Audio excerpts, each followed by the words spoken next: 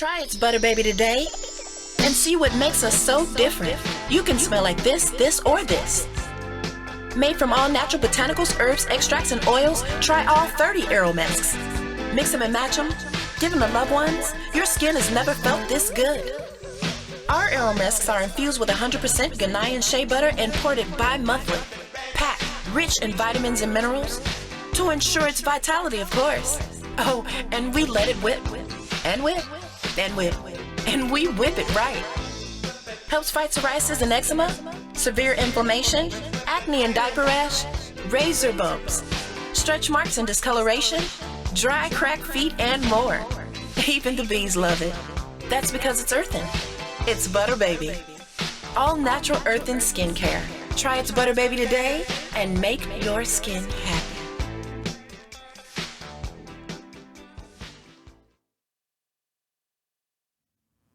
Yes, sir. Yes, sir. Ron Carbo is in the building. Two Black, Two Strong Mega Blasts and media company, Asiatic Blakk. And like I said, I got my homeboy in the building with me, Ron Carbo. Carbo, what's happening with you, man? What's up, player? What's up, player? What's up, player? Man, nothing much, man. I'm going to let y'all know, man, a little something I got off the internet, man, but it's much bigger than what they say it is. So Ron Carbo is an American executive producer and engineer known for his long career in the music industry, a multiple award winner. He is recognized. Now, this is what I'm saying. Now, y'all listen. Y'all listen good and y'all gonna get the real story here. He is recognized for his work with numerous gold, platinum, and diamond selling artists. They wouldn't say who it was. That's some bullshit. Anyway, key highlights from his career and background include early career after graduating from Berkeley. All right, Carbo got his start in the industry by taking a janitorial position in the house of Two Hits recording studio. This gave him access to the studio equipment where he practiced recording techniques and developed his producing skills. The studio was used by popular acts like the New Kids on the Block and New Edition. I said blocks, not blocks, but Blakk. All right, notable achievements. I'm going to stop right there because I'm going to let him tell y'all all about that. But anyway, like I said, man, Ron Carbo is in the building. Two Black, Two Strong Studios, man. This is the Ray Charles studio. Said that wrong. This is the Charles Elvis studio. All right, let's get it started. Give them a brief introductory of yourself, man. Yeah, I'm Ron Carbo, originally from New Orleans, but I've been here in Mississippi for the past 30 years, so I guess I'm an official honorary Mississippian at this point. If you tried to leave, if you tried to claim something else, I wasn't gonna let you do it. Oh, no, I'm here. All right. Hey, man, I want to thank you for having me on your show. I appreciate you, man. And because I've been knowing this brother for, 25 years. All right. We're gonna go and boost it up to 35. I've been watching you grind. I've been watching you grind for a long time. So, I watched you come up out the mud. All right. Well, I appreciate you being there along with me with the ride, man. Well, that's why I had no problem when you called. I just come on over. That's what I'm saying, man. That's what I'm saying. Hey, something I do want to say before we get this started. Well, we're gonna ease on into it, man. I ain't gonna even do that because we might mess around and miss something. So coming up, before you got, I don't know if you got interested in production while you was a kid or whatever the case may be, but what did you do as a child? Well, as a kid and growing up in New Orleans, basically you're surrounded by music all the time. Mm-hmm. But it wasn't production. It was playing in second line bands and, marching bands and stuff like that. Had little funk bands in the neighborhood. So that was my initial exposure. Right. I played a lot of sports. I was baseball, football, ran a lot of track. Really? Oh, yeah. I was a big baseball player. All right. Okay. All right. So you're a little sports guy. Yeah, and, I grew up in the hood, grew up around the projects, What ward? 7th Ward. 7th Ward. Then moved to the 8 near the St. Bernard projects, and then moved out into the 9th Ward. Man, that's what's up. That's what's up. And this was you born in New Orleans? Born and raised. Okay. All right. I left New Orleans at 18.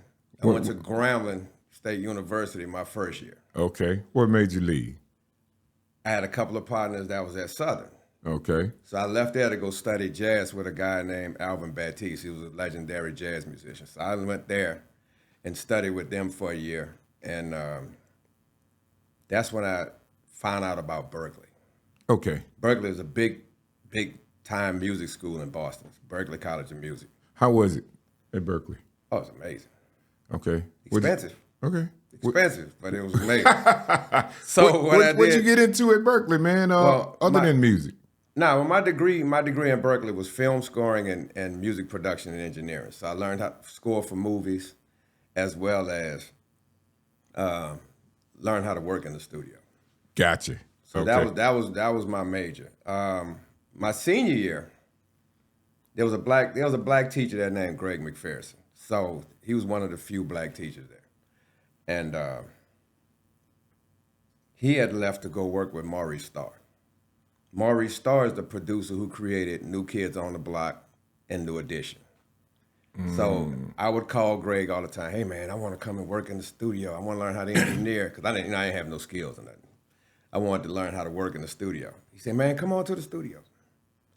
I procrastinated 6 months, hanging out with the girls, partying, having a good time. Procrastinated. So I ran into him again. Hey man, I want to come to the studio. He said, man, I told you, come on. Procrastinated again. So the third time, he was an organ player at a church. I went to this church and he was an organ player. I said, man, I want to come and hit him with the question. He said, man, don't ask me that no more. You're wasting my time. Wow. But then he told me, he said, well, look, I need a ride to the studio. Can you take me? Cool, no problem. So I dropped him off. He said, well, come on upstairs. And I had just read an article about Maurice Starr. I was like, man, I want to meet this dude one day. So I went up in the studio, big mixing boards, all of the equipment. Because see, that was in the analog era. So we hadn't gotten to the digital era yet. We were still in analog. So we had all the machines and boards and stuff. I was like, man, I always wanted to do this. He was like, I've been trying to get you here for 6 months. That's the place he was trying to get me to come. Mm-hmm. So I was hooked then. So he told me, he said, look, I want you to call me every day at 5:35. Don't call me at 36 or 37. I'm not answering the phone. Wow. He was doing that to see how disciplined I would be. So I would call him every day at that time just to see what was going on. So he had a big recliner in the corner of the studio. He said, I want you to sit in this chair. Don't say nothing. Don't touch nothing. Just watch. He said, I want you to learn how studio etiquette works. I want you to learn how we deal with personalities, how we deal with egos, how we deal with when somebody loses their confidence, how you reinstill their confidence, how to deal with these personalities in the studio, which is studio etiquette. Well, I sat in that chair about 4 to 6 months. So girls was coming through the studio, they were looking, it's like, they thought I was retarded or something because I would never say nothing. So one night he called me, he said, hey man, we got a job position, a job opening at the studio. I think you should take it. So I was like, man, what, a producer, engineer? Now, I didn't have no skills. Mm-hmm. He said, no, a janitor position. I was like, man, I don't even clean my own apartment. Why would I take a job like that? He said, you'll take the job because you'll get keys to the studio. You get to go to all the sessions. You get to go to all of the shows. You got access to all of the producers, all of the engineers. Take the job. Cool. Against my better judgment, I took the job. So what we would do, we would work all day. So while we were working, I'd be mopping or sweeping or vacuuming, watching the sessions, watching the engineers, bugging them, asking them questions. I got on their nerves so bad, they would lock the door sometimes. They wouldn't let me in. But whatever I would learn from them, I would stay when the studio closed at night because I had keys. Mm-hmm. I would stay and practice what I learned that day. And that's how I learned how to engineer. So self-taught. Well, with them too, with their guidance. Because, when you go to Berklee, I mean, you learn some things, but there's more fundamental, the fundamentals, the theory and the stuff like that. I mean, you get to put your hands on it, but it's more theory stuff. Right. You really learn by being in the studio. So I had done that for a couple of months, about 6 months, 7 months. I was the janitor. So one night, Maurice, so I had learned basically how to record. I didn't know how to mix and master and all that, but I knew how to get stuff on the tape because we was using 2-inch tape at that time. Right. So I knew how to get it on tape and copy it over to a cassette, like if you needed to take it. So Maurice called the studio about 3 o'clock one morning. I was still there. He said, "What the hell are you still doing in the studio?" I said, "Oh, I was cleaning up. We had spilled something. I was cleaning, but I was really in there playing around." Right. So he said, "Any of the engineers here?" I said, "Nah, they all gone." He said, "Damn, I had an idea that I wanted to put down. And as an artist yourself, if you don't put that idea down right away, you're going to lose it." He said, "I got an idea I wanted to put down, I said, "Well, I could do it." I had never done a session before. That was my very first session as an engineer. He said, "You?" I said, "Yeah, I can do it." So he came in. I said, "What's the worst could happen? I'm the janitor." I couldn't get no worse than that. Right. So he came in. I recorded. It was on a Thursday. He came in, recorded it, put it on cassette, gave it to him. Friday, I did my job. Came back to work Monday. It was another janitor. I was like, damn, I done got fired. So that job that I hated, I went in the office complaining, "Man, why y'all fired me off the job with it?" They said, "No, Maurice moved you up to assistant engineer." Oh, wow. That's how I launched my career. That's how I got in the door. My first record that I recorded was Hanging Tough, New Kids on the Block. Y'all take that note. Y'all take that note. And to this day, because of doing that, I have close to 500 million records sold. I got 104 gold, platinum, and diamond plaques because I took a job as a janitor. Man, that's a hell of a damn story. How do you feel now that you have surpassed all of that? How do you feel? What looking back on that, how do you feel? What that I actually really don't look at it. Why not? Because that was just a moment in time. So, I'm 60 now. I've been in the business 43 years. So now when I look at everything I do now is for legacy. If I ask myself all the time, if I were to die tomorrow, how would I be remembered? Mm-hmm. I don't want to be remembered for music. I want to be remembered for who I helped, what difference I have made, how I changed somebody's life, how I've nudged society forward a little bit. That's the legacy that I want. I could care less about the music. The music was just a job. It was a tool to open some doors. Okay. That's the way I am at this stage. At this stage. At this stage, right. Okay. All right. So after that happened and you got started, what was the next bullet you can put on the wall as far as getting your career started? Yeah. I left New Kids on the Block, and actually I joined the Marine Corps. Why? Just, I don't know.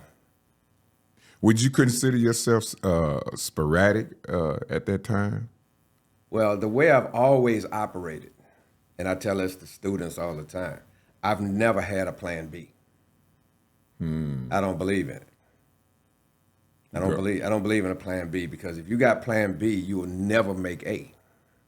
Right. Because as soon as you hit a bump, you're going to default back to the B. You'll never go forward. So I always live like, this has got to work. I don't have a choice. This has got to work. So that's how I've always lived on the edge like that. That's crazy. Because that's how you get things done. Yeah. That's how you get things done, because it puts pressure on you. You forcing yourself, because if you don't make it, then you could actually lose everything. So it puts a certain amount of pressure on you. Yeah. Understood. But like I said, I did the Marine Corps thing. So then I got activated and went to Operation Desert Storm. What year was the New 90 Kids on New the New Kids? Kids on the Block? What year was that? It was 88. Yeah. 88, 89, 90, 91, 92. Because I did 5 albums with him. Damn. That is crazy. And then after that, I ended up leaving when I left them. Right. I went to Marsalis. I went into the jazz world. Well, he was my homeboy. I knew him from New Orleans. So I did the jazz world as an arranger, copyist, and orchestrator, and ended up becoming a conductor. So I worked with that. We toured the world, been around the world 4 times. Explain what a conductor is. You know, to conduct the band, conduct the music and stuff like that. Right. We did a bunch of ballets. Like we worked with Alvin Ailey Dance Company. We worked with New York City Ballet. We worked with Dance Theater Harlem. So while the band was playing, they couldn't see what was happening on stage with the dancers. So that's how I ended up becoming a conductor. Gotcha. Okay. All right. And during that time, production-wise, what were you doing? Well, at that time, it was more just arranging, Yeah. orchestration stuff. Right. I wasn't doing a lot of recording. I was like this was more of the musical composition stuff. Did you have any particular favorites in your style of music or in the genres, favorite genres? I mean, you know, I grew up in New Orleans, and, you know, it's a jazz world. So, you know, I had well-rooted in jazz, gospel, you know, just the American arts. Okay. Any favorites as far as production? Then? Back then, like the bigger records, Yeah. you know, some of the Went Marsalis stuff, you know, one of them won a Grammy. Okay.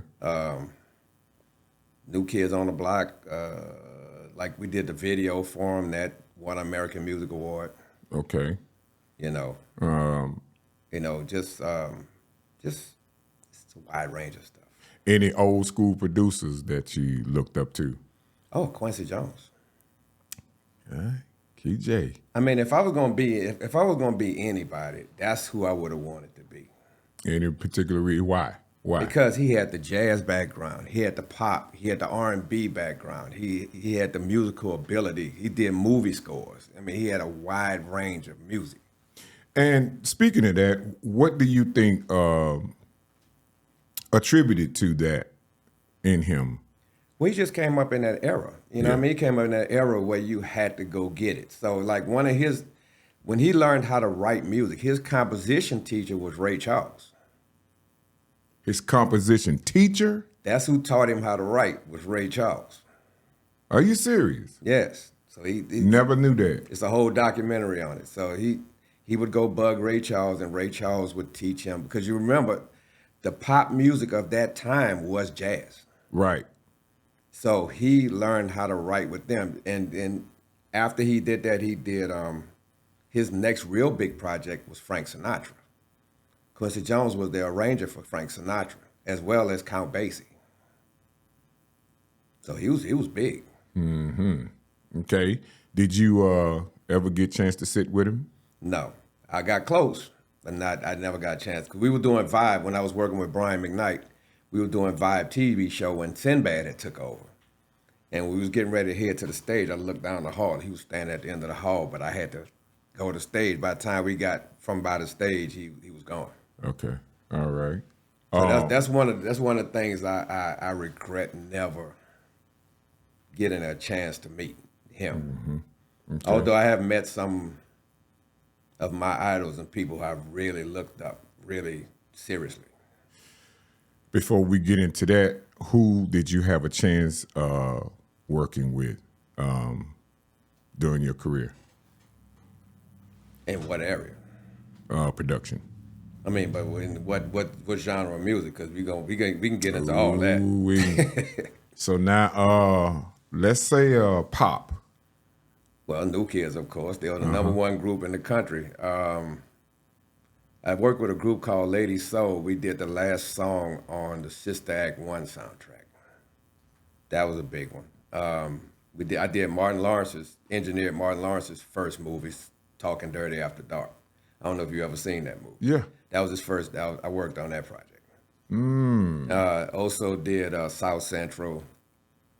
I got a couple of songs that I engineered on Soul Food. Which South Central? The movie. Really? Yeah. That's you? Not me, not the whole thing, but I mean, I worked with a group that was called Classic Example. That was on there. Man, boy, you heavier than I thought. Now, Yeah. I was bragging to my son. I know a lot about you, but you digging deep. Yeah, then we did Brown Sugar. What is it? Not Love Jones. I'm trying to think of the name of these movies. We did Jason's Lyric. I think it's Brown Sugar. Is it Brown Sugar? With Tay Diggs and Sanaa Lathan. No, Tay Diggs and it was Lorenz Tate and Neil Long. What was that movie? I remember the movie. I can't think of the name of it. Look it up. What was the name of that movie? I think it's Brown Sugar. Tay Diggs and Neil Long. See what the name of that movie was. I think it's Brown Sugar, if I can remember. They're starting to mix up. So they had a song in that movie called Jelly, Jelly, Jelly. It was done with a guy named Milt Grayson. Mm-hmm. He was one of the singers for Duke Ellington. He was a part of the whole Jazz at Lincoln Center thing with Wynton Marsalis. And we recorded that song with Jazz at Lincoln Center, and they actually used that in the movie. Wow. Damn. This is heavy. I did the Clinton's inaugurational concert with Wynton, where I got a chance to meet Aretha Franklin, Michael Jackson, and Barbara Streisand, as a matter of fact. What? Yeah, so that was cool. Man, you calling out some childhood favorites of mine. Yes. Heavy. What you did a couple of maybe 1 or 2 studio sessions with MJ, Michael Jackson, huh? Yeah, I did a little work with him, but it was like commercial type stuff. Okay. Yeah, but he was an interesting character. I bet so.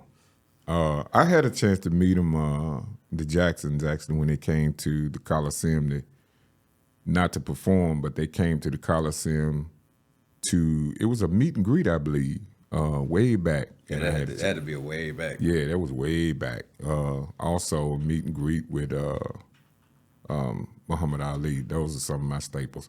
But anyway, man, we're not going to get into I'm not going to separate it. The list. What's your list? Briefly. Just stars that you have produced for or worked with. Some heavy hitters, maybe the people that, the people want to know about. Actually, I want to know As a about. matter of fact, one person I need to just mention right now, R.I.P. to D'Angelo. Okay, yeah. So we toured together. D'Angelo, yeah, Isley Brothers. The tour that we had was Brownstone, D'Angelo, and Brian McKnight. That's when I was with Brian McKnight as his production manager. I was with him for 5 years. How long was the tour? We started out with 6 weeks. Mm-hmm. It ended up almost a year. Okay. Because it kept snowballing. Yeah. Then Eric Benet came on. He worked the tour for a while. How was it era for you? See, that was more real music. Right. Because you still had groups then, too. If you realize, if you look at the industry right now, there are no black groups. Male or female. They've died out. The newer generation, we have no black groups, male or female. I never thought about that. Everybody's solo now. And do you think this is by design? It's by design. He made everybody got selfish. The only groups that are still alive are the groups that were from the 80s and 90s. You sure right. 90s. There are no 2000 groups. Can you think of any standing? I'm trying to prove him wrong. No groups. Because anybody who's around, they came along earlier. When would you say the last? The last groups that we had was probably Tony, and Mint Condition. And maybe on the female side, it might have been Destiny's Child.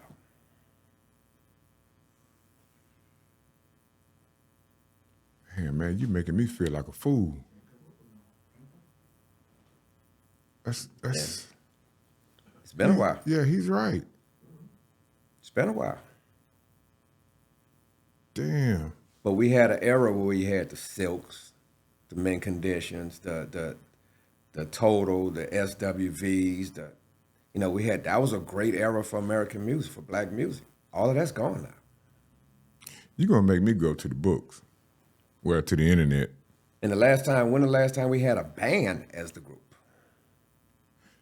That was Mint Condition. Jackie mentioned that last week. I interviewed her, and she kind of mentioned that. Yeah, she's a real talent. I like her. Yeah, B Shields kind of mentioned that, and Stephanie. I've been asking a lot of the female artists around here about their feelings about music, and they kind of mentioned some things that of that sort. Man, this is you making me think, bro.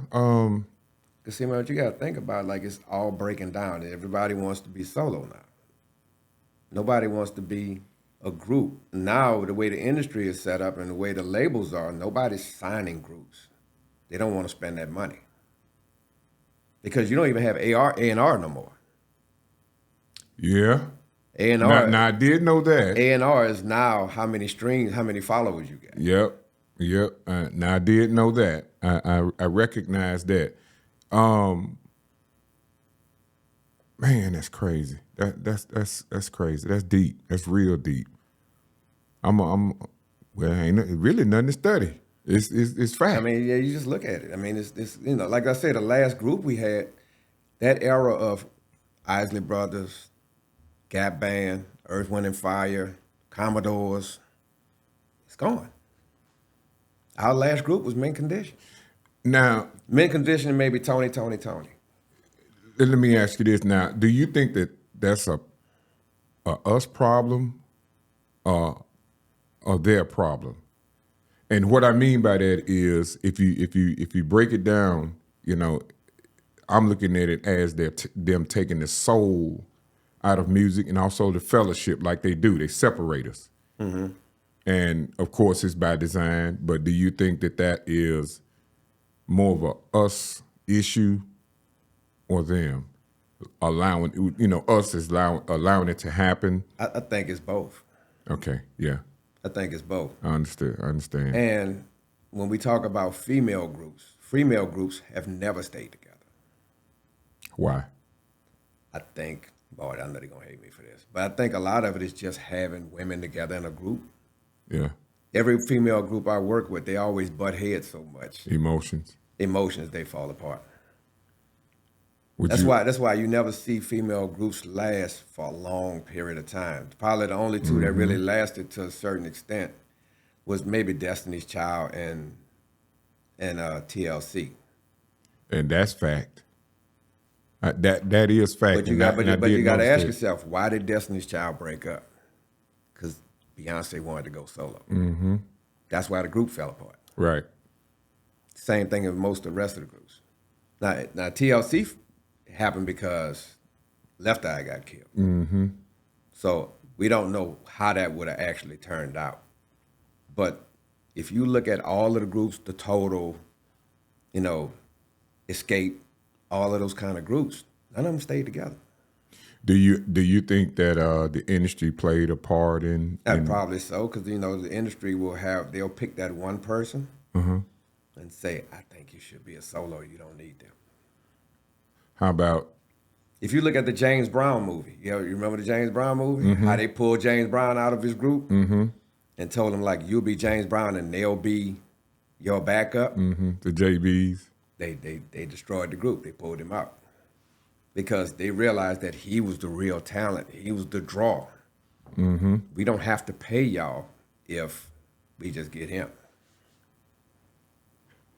Remember this, the industry was never the music labels were never set up for the artist to profit. It was never set up for that. They are the business. You are nothing but the product. Mm-hmm.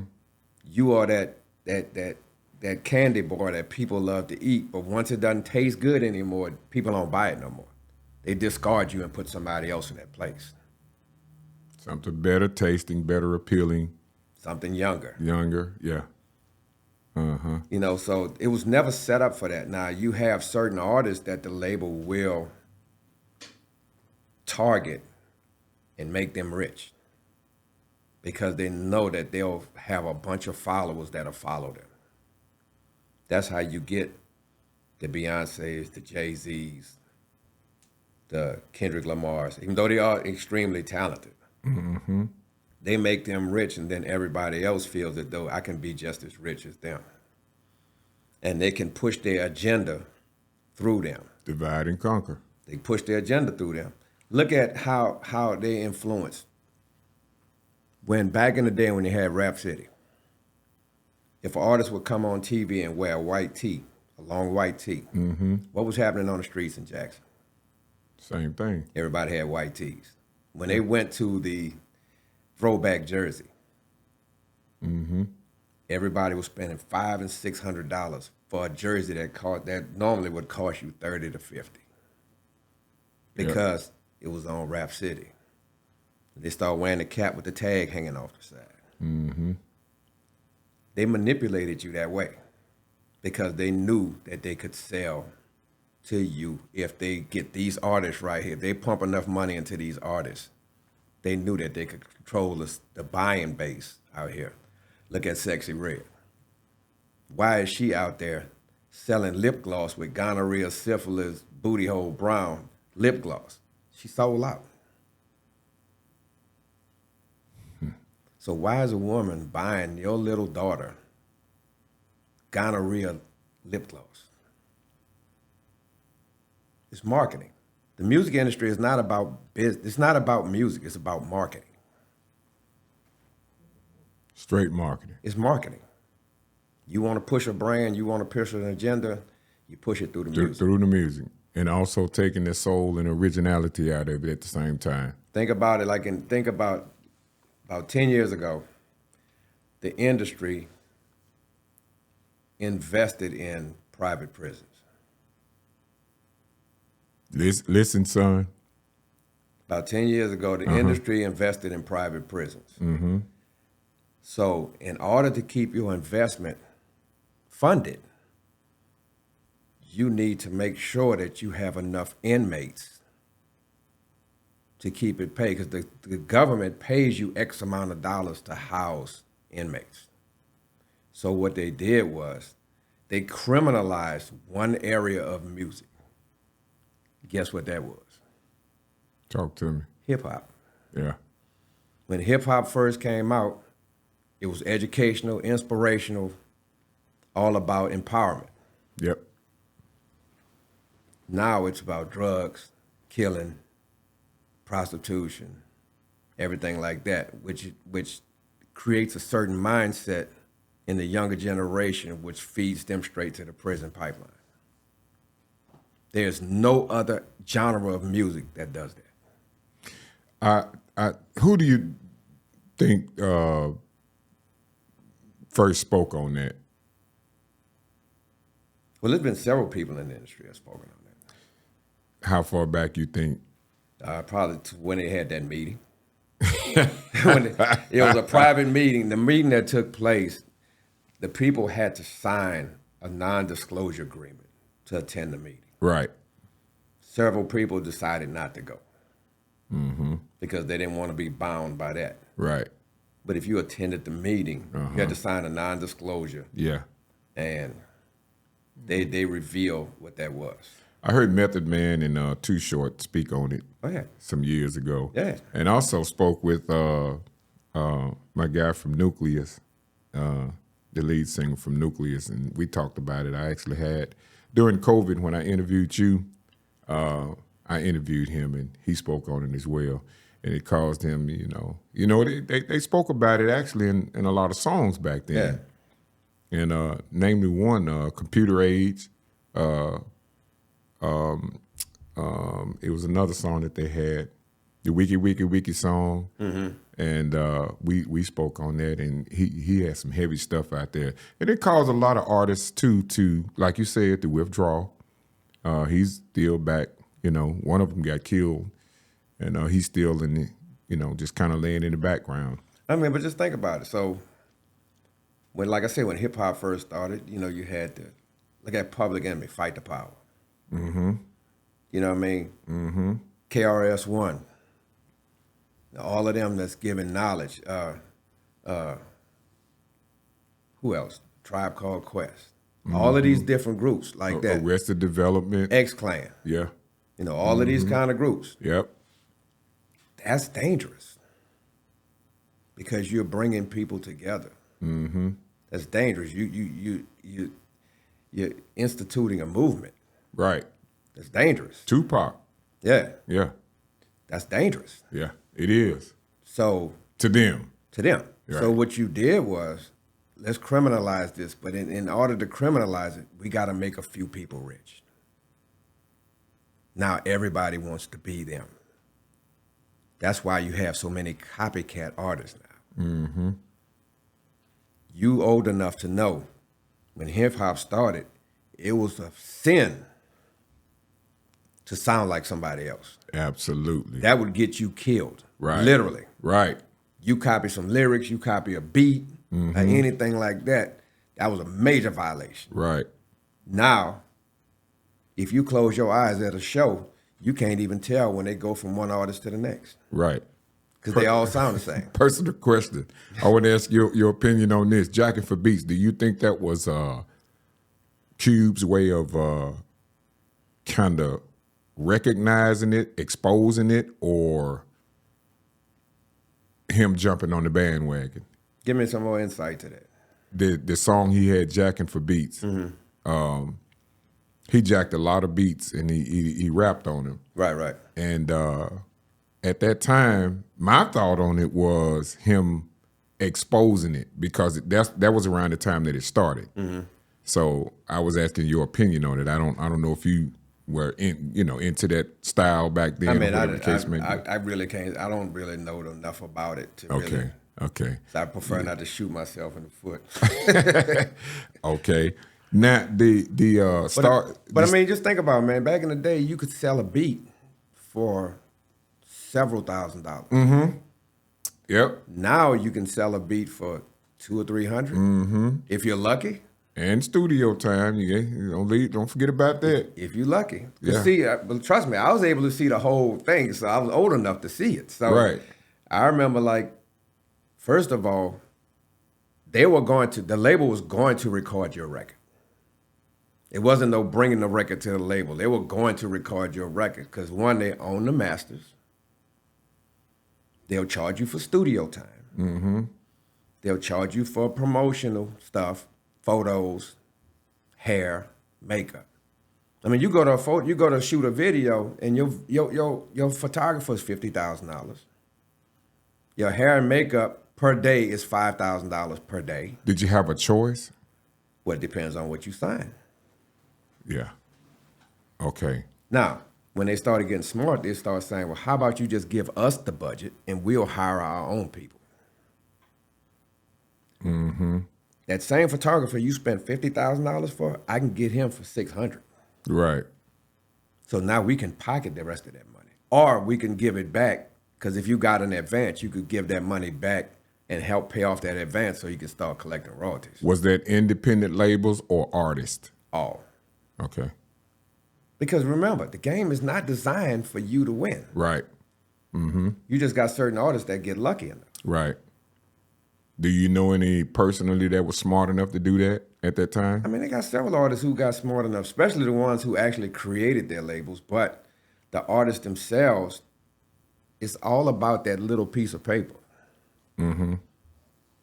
I still, to this day, I'm glad I went to law school, as a matter of fact. It's important. Like, I see people today, they're still signing contracts without having someone look at them. I've told many artists, if you're an up-and-coming artist and you need somebody, I know you don't have a budget. Bring your contract over and I'll look over it for free. That's what you're saying. I've said that forever. How many you think actually brought their contract? Nobody. Absolutely zero. Hungry. But they'll call me after. Say, hey man, they messed over me. No, you messed over you. What mindset do you blame that on? Well, the most dangerous addiction or drug in the entertainment industry is the desire to be famous. Mm-hmm. That desire to be famous and known by people is very, very dangerous because that's how you take advantage of someone. So why do you think we label that as hungry? You can be hungry and be smart. Right. That's what I'm saying. But you can have a desire to be famous. Look at Puffy's making the band. I'll do whatever it takes to make it. Mm-hmm. And then they'll say, okay, really? Yeah. It's a design mindset is what I'm saying. So the determination that they say that you're supposed to have when you're doing anything, if it's basketball, if it's sports, if it's academics, whatever the case it is, be hungry about it. But part of that grind is as you develop in your skills, you also have to learn the business. Mm-hmm. That's a part of that grind. You can't just be just an artist and not learn the business side. So, and especially in this era right now, when we was first coming up, that was pre-internet. Right. So if you wanted to learn, you either had to go find somebody who had the knowledge and was willing to share it, or if they had a book, if you can find it. That's the only way you would learn it. Right. So we built a lot of relationships by actually going to talk to someone. Fellowshipping. Yeah, and that's how you learn the game. Mm-hmm. Nowadays, you got full access to the internet, AI now, and all of that. There's not a business scenario that you cannot address or learn in full detail without using the internet. You could just use the internet; it's all there, but they don't use it. Better or worse? I say y'all got the greatest tool in the world, and y'all don't even take advantage of it. Better or worse? What do you mean? In your opinion, do you think that's better for them or worse? It made them lazy. It made them lazy. And also, not having the education to even know about these type of things. I think we had a greater teaching because of human, interaction. There you go. And also, I think what happens, younger artists have lost the respect of older artists. Yeah, definitely. Like when I would get in a room around other people, I would shut up. Right. And I would listen. And they tell me something, I would listen. Right. And I would try to figure out how to do it. They don't want to listen now. Yeah. They don't want to, you just old, I ain't trying. There's a reason I'm still here. Y'all don't understand. I mean, I'm not knocking your ability. Right. But there's a reason we're still around. There's a reason that the music of the 80s and 90s are still more prevalent than the music of today. What the hell do you mean more prevalent? Now, this is my type of talk here. Because what we're talking about is the lifespan of a record today is how long it stays on the radio.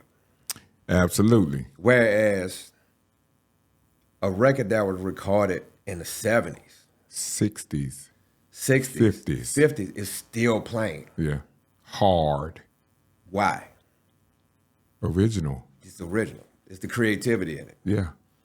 Why are the newer artists saying that we don't like that old music, but yet you sample it? There you go. There you go. But yet you're sampling that music. You can't come up with nothing. It's nothing in your head. Well, they don't have to. Because all you got to do is put some loops together or press a button. I think it's the feelings in it. You know what I'm saying? They're human. But the point is this. Where do you get feelings if you've never experienced it? That's just like from an engineering standpoint. When I have a young kid that come to me and say, I want an analog sound. Okay, fine. When did you ever hear analog? Do you even know what analog sounds like? So you don't Because you grew up in a digital era. So you don't think like them being human and them being soulful? You talking about analog wise? It's just in them? It's a sound. It's a sound that came from the tape. you're never gonna, you've never, at 19 years old, you've never touched tape. Ever. You've never worked a tape machine. You've never worked a cassette deck. You don't know the difference between the two sounds. It's just like a hip hop drummer trying to mix live drums. If you made your drums on the MPC, you don't know what live drums sound like unless you go in a church somewhere and sit next to the drummer. Right, and that's what I mean. Learn that skill. You got to learn what that sound is. Right. So if you've never embraced the Aretha Franklins, the Ray Charles, the Peabo Bryson, the these people, and really studied what they did and how they developed their skills, how do I expect you to sound like this? Yeah. Because you've never been exposed to it. I had a kid come to me a month ago. Hey, I want to be a producer. And I said, well, you need to check out Quincy Jones. Who is that? Huh? You want to be a producer and you're going to ask me who is Quincy Jones? I said, I bet I know an artist. I bet you know one of his artists. Who? Michael Jackson.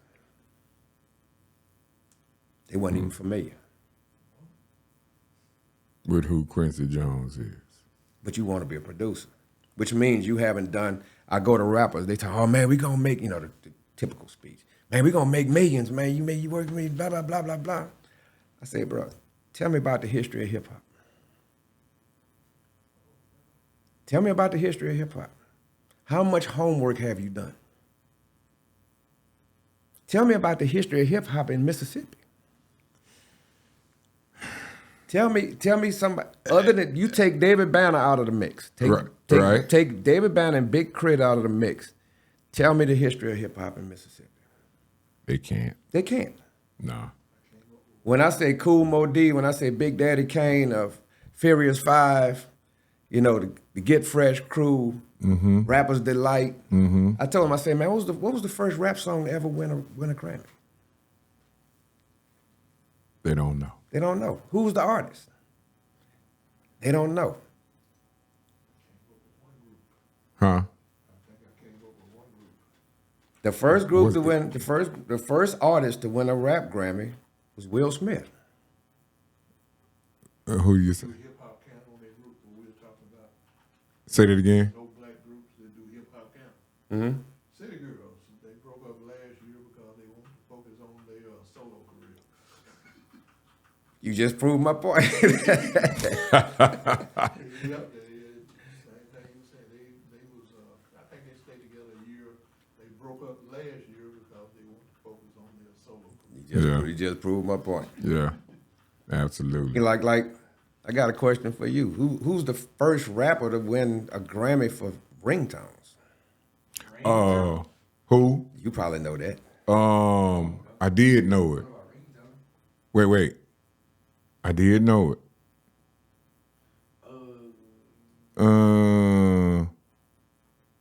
It's between Soulja Boy and who?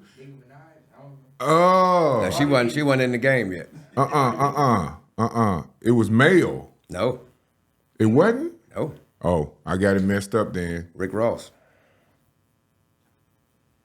He's the first one to win a Grammy for he sold over 3 million ringtones. He sold 15,000 of the album. That was that 1 or 2 years they had ringtones as a Grammy category. Hustling? I don't know which one it was, but I knew he won them for it. And Will Smith and then won the first Grammy, and parents don't understand. That was the first Grammy. Yeah, that's been advertised a lot, but I didn't know that about Rick Ross. But when I talk to artists today, especially hip hop artists, right? They come to the studio. I say, man, you know what? Check out the top 10 artists on the Billboard chart. J. Cole, Kendrick, Drake, and all them artists. I say, what is special about these artists? All of y'all sound the same. These artists have stepped outside of the box, gone into different genres, different international sounds that open their market up. Remember, the United States is only this big. You still got all this out here. Why not tap that market? I tell them, you got a lot of Latinos moving into Mississippi. You got Latino artists. if you're rapping, why don't you feature them on your record in Spanish? What does that do for you? That opens you up to South America. Mm-hmm. Because now you got a South American artist on there. Mm-hmm. So now, not only are you selling your music in the United States, but now you're also selling it in South America and all of the Latino countries. They don't want to be... well, they don't want to step outside the box. Right. And their reason for that is we were talking about this. I think you and I were talking about that earlier. They don't want to... sell out. We don't listen at that. We don't, We don't listen at that. I told him like this. I say, look, the amount of money that I get yearly in royalties is because I was outside the box. I never have to work ever again. Not bragging or nothing like that. But because I did pop, because I did international stuff, that's the stuff that pays. Because you have a bigger market. Right. When you're looking at, every artist that comes to me from Mississippi, 8 out of 10 of them sound the same. Everybody think they're different. They got the new hottest shit. I'm not knocking your ability, but there's nothing different about you that makes me say you might have a shot here. You have to, in order to separate yourself from the rest of the artists, because remember, once you release an album or a song, your competition is everyone. So if you release your song, Kendrick Lamar is your competition. Drake, J. Cole, they are your competition. Mm-hmm. If you're not even halfway on that level, you're in trouble. You're already lost. You're already lost. And you wonder why you don't get on. Because why would I hire you when I can hire the original that you're copying? Straight like that. I mean, it's the reality. Yeah, straight like that. If you sound like, if you got a Drake type artist, and every artist, the next 25 artists, style is exactly like that, why would I sign you when I already got him over here? Mm-hmm. You know what I'm saying? Yeah. He's going to make the money because he has the name. Yeah. And you're no different. Yeah, but there's nothing about you that separates you. Right. If you want to be a successful artist, you have to separate you have to do something that's unique. Mm-hmm. Why did T-Pain become famous? Mm-hmm. It wasn't that T-Pain was a great singer or rapper. It's because he introduced auto-tune. Yeah, he doing something different. He did something different, and it made him a star. Why did Eminem become a major star? He can rap. And he was different. His storylines was crazy as hell. Mm-hmm. That's what separated him. Why did Kendrick go out there? Listen to the tracks that he has on his albums. Like that Pimp a Butterfly. There's not a single hit on that record. But the album as a whole is a major creative work. That's a historical work because he went through every genre of black music, if you listen to the tracks. Mm-hmm. He told a story of all of black music all the way up the line. He had gospel, jazz, pop, blues. He had everything on that record. Mm-hmm.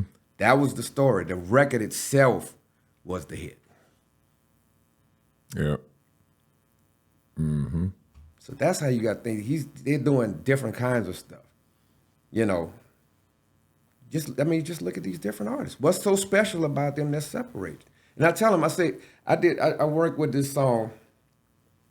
I didn't do much though. I just on the floor with Jennifer Lopez. I told them, I said, listen to this, and you got Pitbull on there and all of that. So they said, oh, that's okay. I said, now look at the views. Look that song up on YouTube. See how many views it got now. It's On the Floor, Jennifer Lopez. And you worked that project? Not just did a little editing stuff. Okay. All right. No, they had heavy hitters. They had bigger hitters than me. No, you can't say that now. What's the views Can't now? say that. 2.6 billion. What year? Let me see. He spent a lot of time on that keyboard. Oh yeah, he fast with it. It's about 10 years, ain't it? 2011. So Yeah. 15, Okay. 14. But 2.6 billion. That's a lot. Now, where were the majority of their viewers? International. What they did in the song, if you go and ever take a listen to it, if you go and listen to the chorus, they name major cities. California, San Francisco, Japan, blah, blah, blah, London, Paris. They name those in the chorus. So what does that do? Every one of those major cities. And it opens their ears. Every one of those major cities is going to play that song because you shouted them You out. shouted them out. Yeah. Where are your biggest markets? China, Japan, India, South America. All of them got over 1 billion people. The United States got 380 million, maybe 400 now. Where's your biggest selling base? It's not here. Yeah. It's across the world. It's across the world. You have to think on a global stage because you have access to the world through the internet.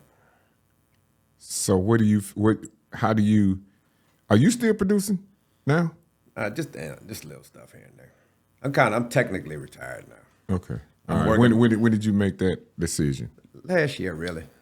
I just did some stuff, some blues stuff with Eddie Cotton, Stevie J, Dexter Allen, Zach Harmon. Who else was on that project? Somebody else. Oh, this guy named Rashad the Blues Kid out of the Delta. Compositions. I did a thing. They did a book called Jacktown, USA. Yeah. Yeah, I was at the, I actually did the. Yeah, I produced Let me all. I put a produced all of those sessions. With your list that you have coming through, because I want these younger ones, man, to know your story. Other than what you did, in the early years. See, the thing is this, man. I've always been open to sit down and talk to artists. They just don't. This generation don't believe in talking. They'll text you to death, but they're not gonna come and sit down and talk. Yeah, they kind of introverted. I had to like get that. on my daughter. She was sitting in the other room, literally right next to me, and she texted me. Oh man, And I told her, I said, "Don't you ever do that again? you mean? Don't you ever do that again?" You was literally sitting in the room right next to me. I get on mine about that all the time, man. Call my phone. My wife even does that. Because the problem is they're losing their social skills. Absolutely. Their ability to communicate, they're losing it. Yeah, absolutely. Yeah. If you see them, point them out, man. And then when you not like that, man, people say you mean.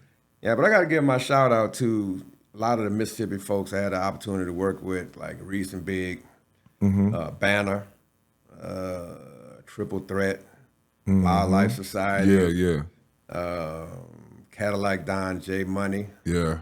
Kamikaze. Let's see. Who else? I'm forgetting somebody major. I know they're gonna talk about me. I'm trying to think about the posters on my wall. It'll come to you. It'll come to you. But even with that list right there is some of the top notches. Well, they were a lot of the pioneers. Right. They were the pioneers of launching the Mississippi hip hop scene. Who else? I got a bunch of people. They signed it. I let them sign my wall in the studio. So I got like hundreds of signatures on the wall. How many Grammys do you have? 2. That's it? Oh, that's enough. And another and another, Actually, I don't even like the Grammys. I was just about to say, and how do you feel about the Grammys? I don't. I don't like them at all. It's fake. A lot of it is, to me, it's political. if you're signed to an artist, if you're signed to a label like Universal, they have the money to put behind your campaign. Everybody that's in that Universal pipeline is going to vote for that artist. Gotcha. Yeah. So it's not already staged and set up. So it's not about you having the best record. It's about who has the machine behind them to give you the big push. Gotcha. And I know, I could ruffle some real feathers, but I ain't gonna do that on your show right now. Yeah. We'll talk off record. Yeah. How many times have you been recognized by the JMAs? 3. Four times. What years, you know? No. I did Willie Clayton's A Woman Knows, Boom Boom Boom. I produced Boom Boom Boom. Okay. Didn't know that. Bobby Rush's Night Fishing album. That's you. All right, one of my favorite songs by Bobby Rush. Yeah, I mixed that album. And that's the 3 I got. Where do you get the vast, well, it's your career. It's your career. But a lot of, like, the different sounds. A lot of producers, you can tell their sound. Well, see, this is what I learned from, like, the old guys. If I'm about to mix your record, let's say it's a gospel record, a traditional, like the Canton Spirituals. Right. For a month prior to mixing that album, that's all I'm going to listen to. You set yourself up. You get yourself ready. Because I need to know what that sounds like. Preparation. If I'm going to do a country record, then for a month or at least 2 weeks, all I'll listen to is country music. Wow. Because I need to know what that sounds like. The kick drum in a country album is much different than in a hip hop record. Because they're not as drum and bottom heavy. Right. Whereas in hip hop, we like a lot of bass and low end. We don't like a lot of little tinkly stuff up top. Whereas in pop and country is very heavily guitar driven. So you have a lot of guitars, stuff like that. You know, so you have to understand the music. That's why when you have a hip hop producer trying to produce a R&B record, it sounds like a rap record. It doesn't sound like an R&B record. Because they haven't done the homework to see what an R&B record sounds like. What do you feel about trail ride music? Southern soul and blues. Southern soul can be on the... Southern soul should actually be a Grammy category. And the problem is not enough Southern soul people put out albums. They just put out a bunch of singles. So they don't have enough to qualify for the Grammys. You got to have a certain amount of albums come out in a genre to qualify. That individual? No, just or that group. The industry. Okay. See, a lot of people don't really put out records, and the ones they put out, like they're just now within the last probably 8 years, Southern soul has raised their quality of music. Because for a while it was kind of rough. What do you mean by rough? Like anybody could really sing. You know, you had people that really couldn't sing. The music sounded like it was just done on a little cheap keyboard, and like the quality, the sound quality just wasn't there. What is the But difference? now they're starting to it sounds like records now. You know, like they're really making records. What is the difference between Southern soul and blues? Blues has a certain form and a certain feel to it. Southern soul is really R&B, traditional R&B. So that's what the Ike and Tina and them was doing back in the day. That's more or less in that era. Temptations, they would have all fallen under Southern soul if they were still active today. Blues has more of this. That's more of your Dexter Allens, your Eddie Cotton. That's what I forgot. I did his record, did his song too. Okay. Eddie Cotton's, Stevie J, all of those guys, they're more on the blues side. Right. Even though they can go back and forth, but they're more over there. Like Willie Clayton, he really, depending on what song he does, he really could be an R&B artist. But it would have to fall under adult R&B. It wouldn't be like contemporary. It had to be adult. He's one of the most versatile artists from the South. Hands down, he Yeah. let me tell you, in the studio, I wish a lot of young artists could see him in the studio. When you put the track on, he gonna sing it from top to bottom. Ain't no stop, let me record this verse. No, he's going from top to bottom. Ain't no punching him in. Nope. He going. He gonna lay it down. The only way you punch him in is if he hears something else he wanna do.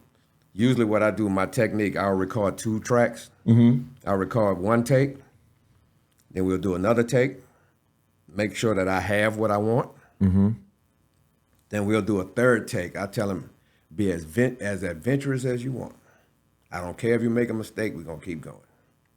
Step way outside the box, get away from what you're normally doing.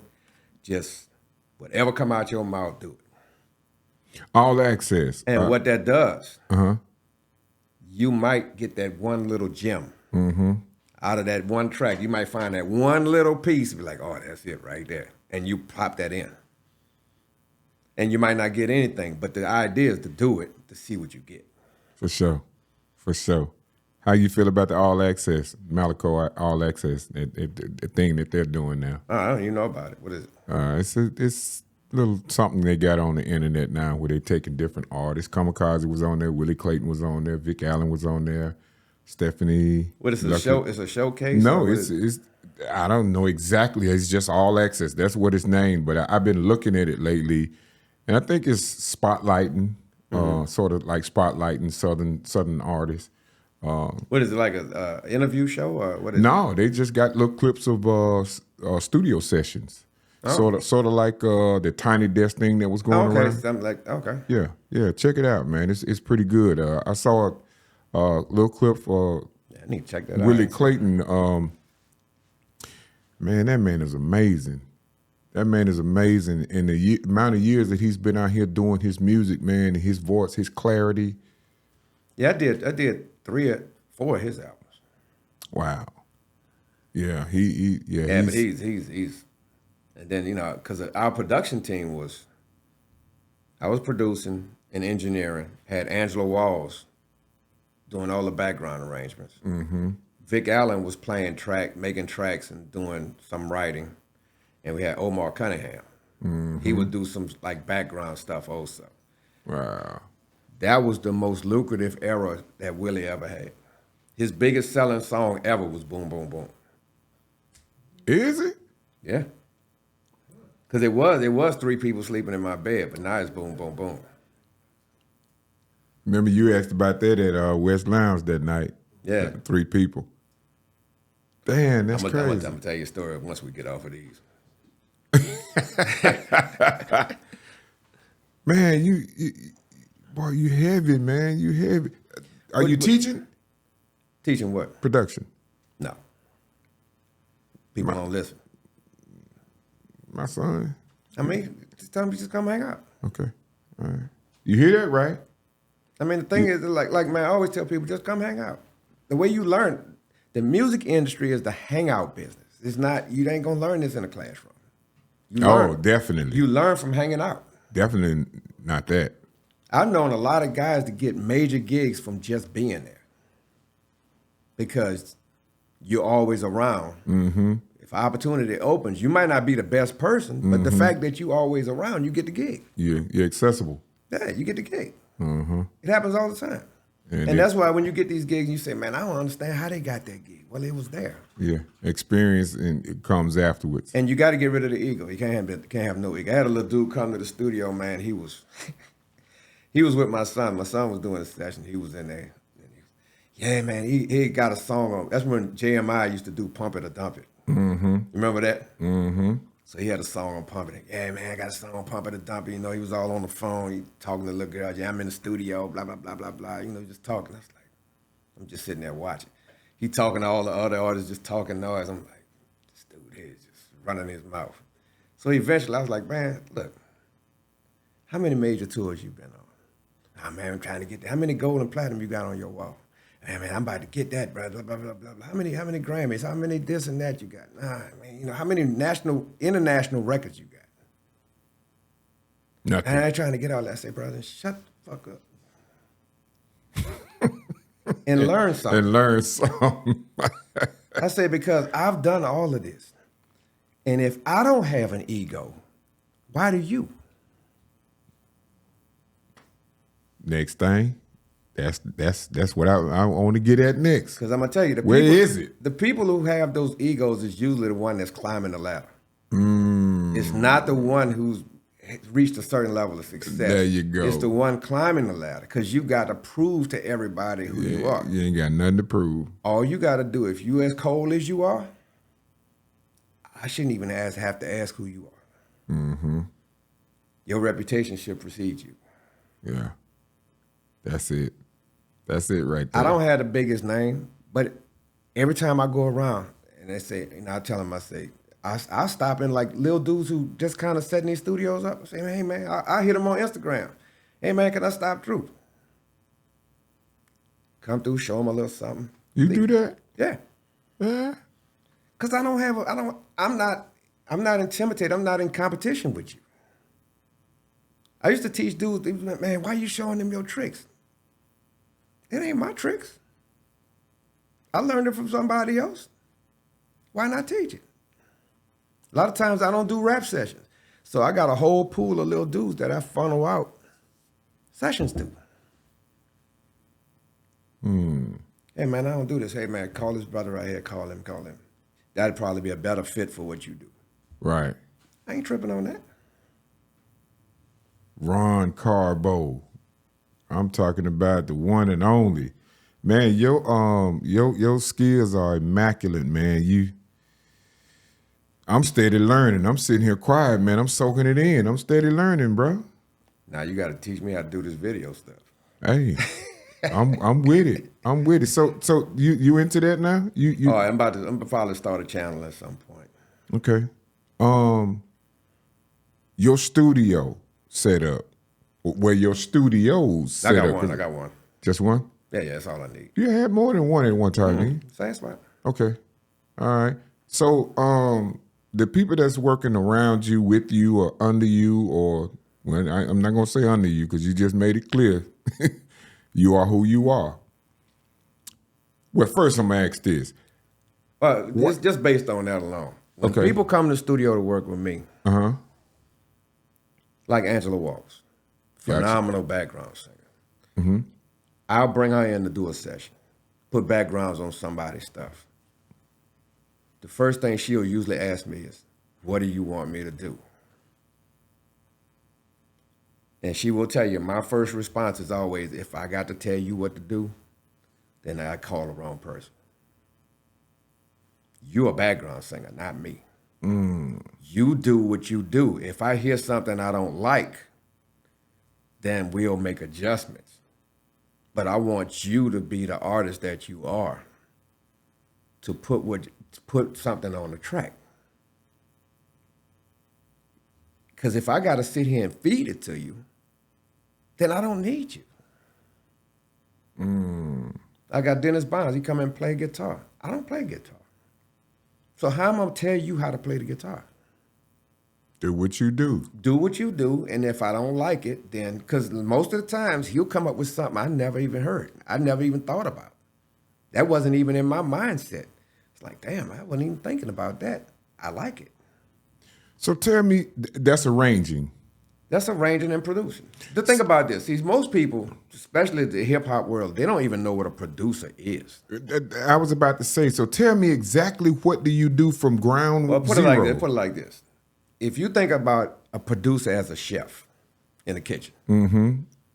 All right, so the producer is the chef, and what he does, he puts together all of his different ingredients. You get this, you get that, and then it's your job to mix all of this together, season it properly, and do what it has to do to get a nice meal out of it. That's all a producer is. So as a producer, you hire the right studio. You get the right musicians, you get the right vocalist, you get the right rapper, you get all of these, you pick the right kind of track, you use the right kind of microphones. All that's just the ingredients. And then you mold that into what you want. That's a producer. A producer is not somebody who makes the beat. You're a beat maker. You're not a producer. Because if I asked you what key the song was in, you couldn't tell me.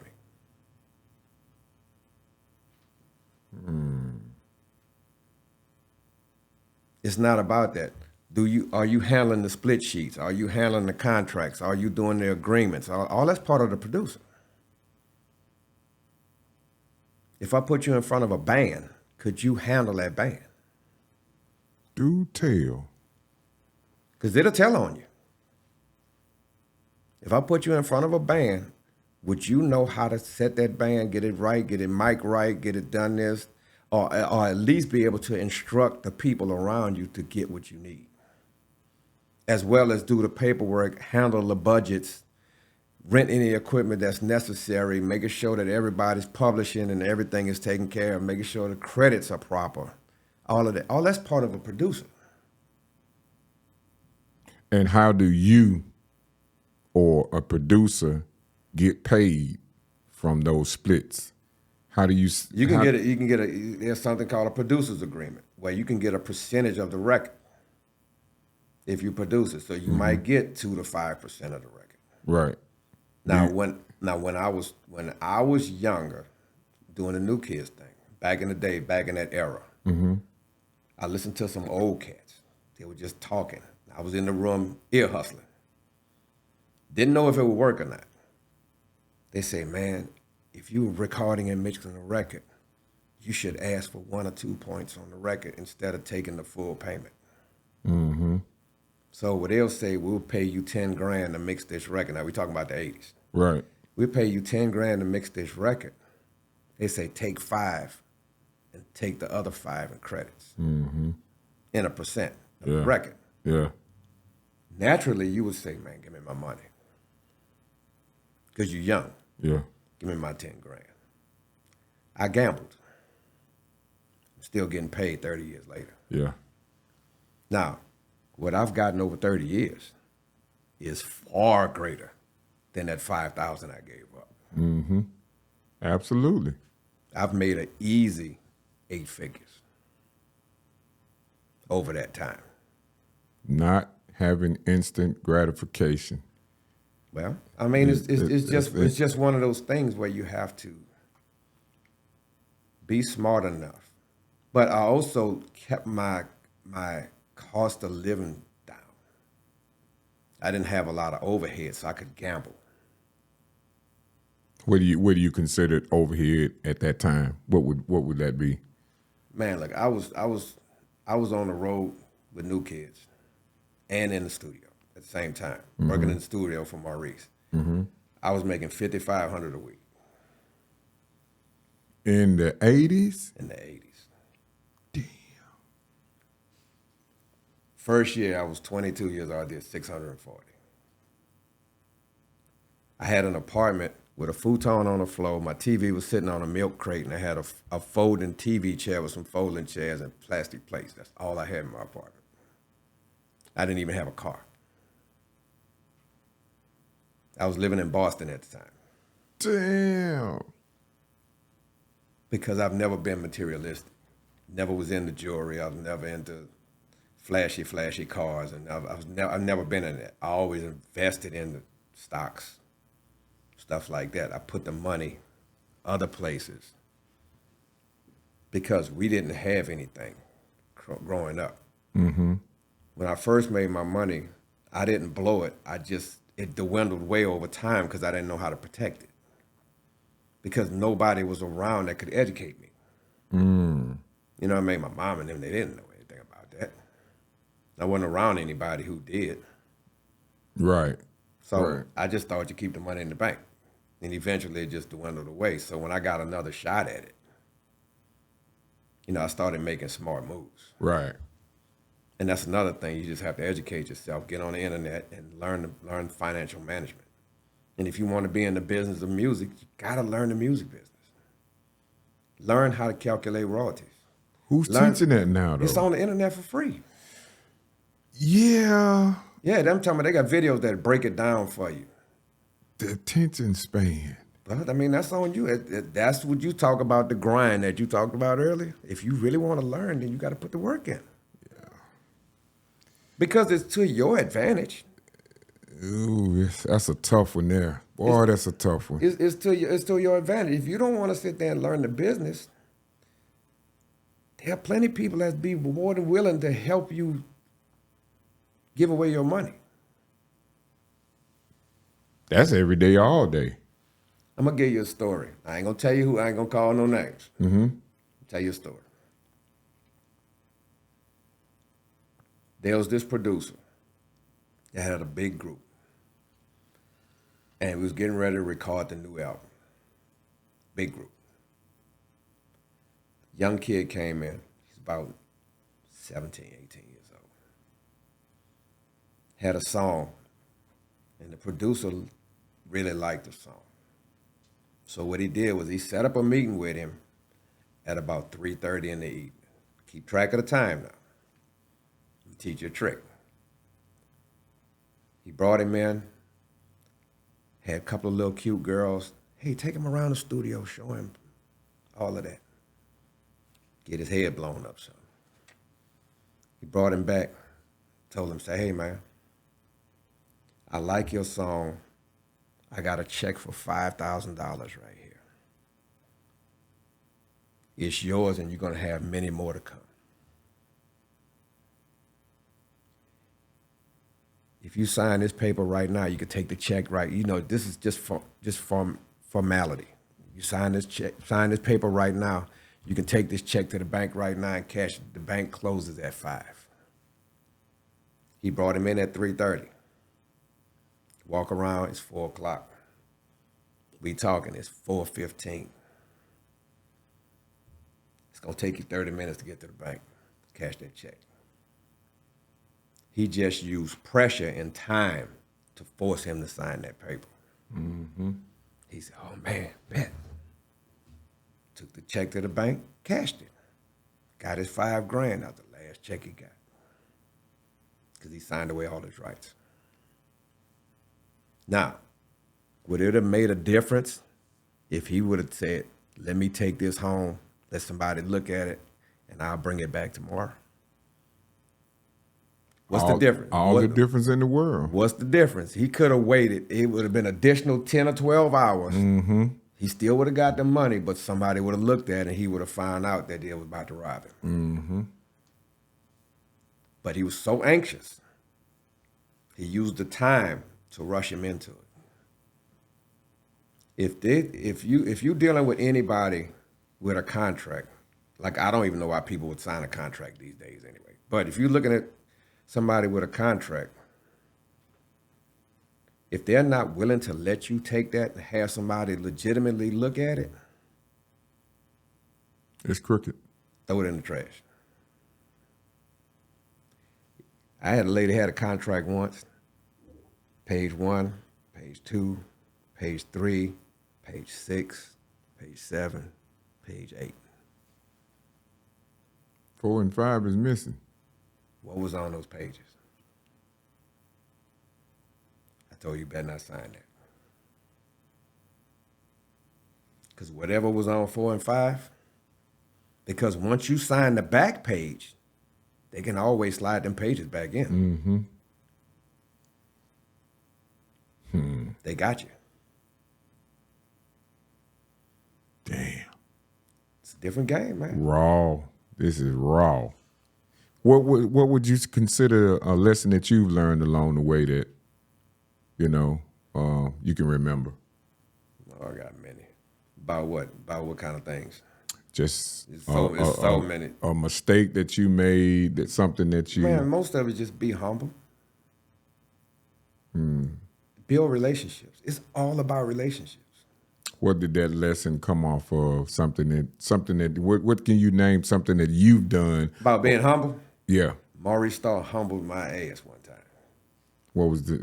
And it wasn't even direct. It was indirect, but it got me. So the first time they let me mix on a song. I spent 2 and almost 3 weeks mixing this song, like 6 hours a day. So Maurice happened to just come in the studio that day. And I was standing right outside the door, but my mix was still on the board. So he hit play. He said, man, what is this shit? I had to go out in the parking lot and walk around because my ego had got crushed. Because he's like, man, no. He's like, this sounds awful. So I had to go walk around and get myself together. So I was out in the parking lot walking around. So when I came back in, I had a choice to make. Either I'm going to have this incredible ego, or I'm going to bite this bullet and find out why he didn't like, because he didn't know who had done the mix. But I knew that it was mine. Mm-hmm. So I had to figure out what happened. So one of the older engineers, a guy named Eric Hertig, he had been at the board while I was out. I came back in. Eric hit the play button. The mix sounded 1,000 times better. So now I'm confused. Like, it sounded like this before, and now it sounds so much better. So I said, I just bit the bullet. I said, had to swallow my pride and say, hey, man, what did you do? He said, I turned off all of them effects you had on. He said, you overprocessed it. You had way too many effects. He said, just because you have access to effects don't mean you got to use them. Only use them when necessary. Don't just use them because you have them. So when he took it off, it opened the track up. It cleared it up. It wasn't so muffled and muddy. It cleared it up. Now I was like, gotcha. But I could have had an ego and been like, nah, I know I'm the shit. Nah, I could have had that ego. Mm-hmm. How long had you been in production at that time? I was still maybe a year. Are these guys still around? No, not really, because the studio is even shut down now. They've torn that studio down. They've turned it into an apartment complex in Boston. It should have been a museum. Are they still living? Yeah, they still living. Okay. You Should have talk to them often? Nah, not really. Okay. I mean, some of them online. Yeah. Maurice, he's in Florida. Okay. Another good lesson. When I left Berkeley, I was an arranging major. I mean, I was doing stuff with arranging and stuff. So when Marsalis brought me in to work on this album called City Movements. Well, that music was so sophisticated. It was way over my head. So I figured I'm going to fake it till I make it. Instead of putting the work in, I figure I'm going to just fake it. Mm-hmm. So we get the work done.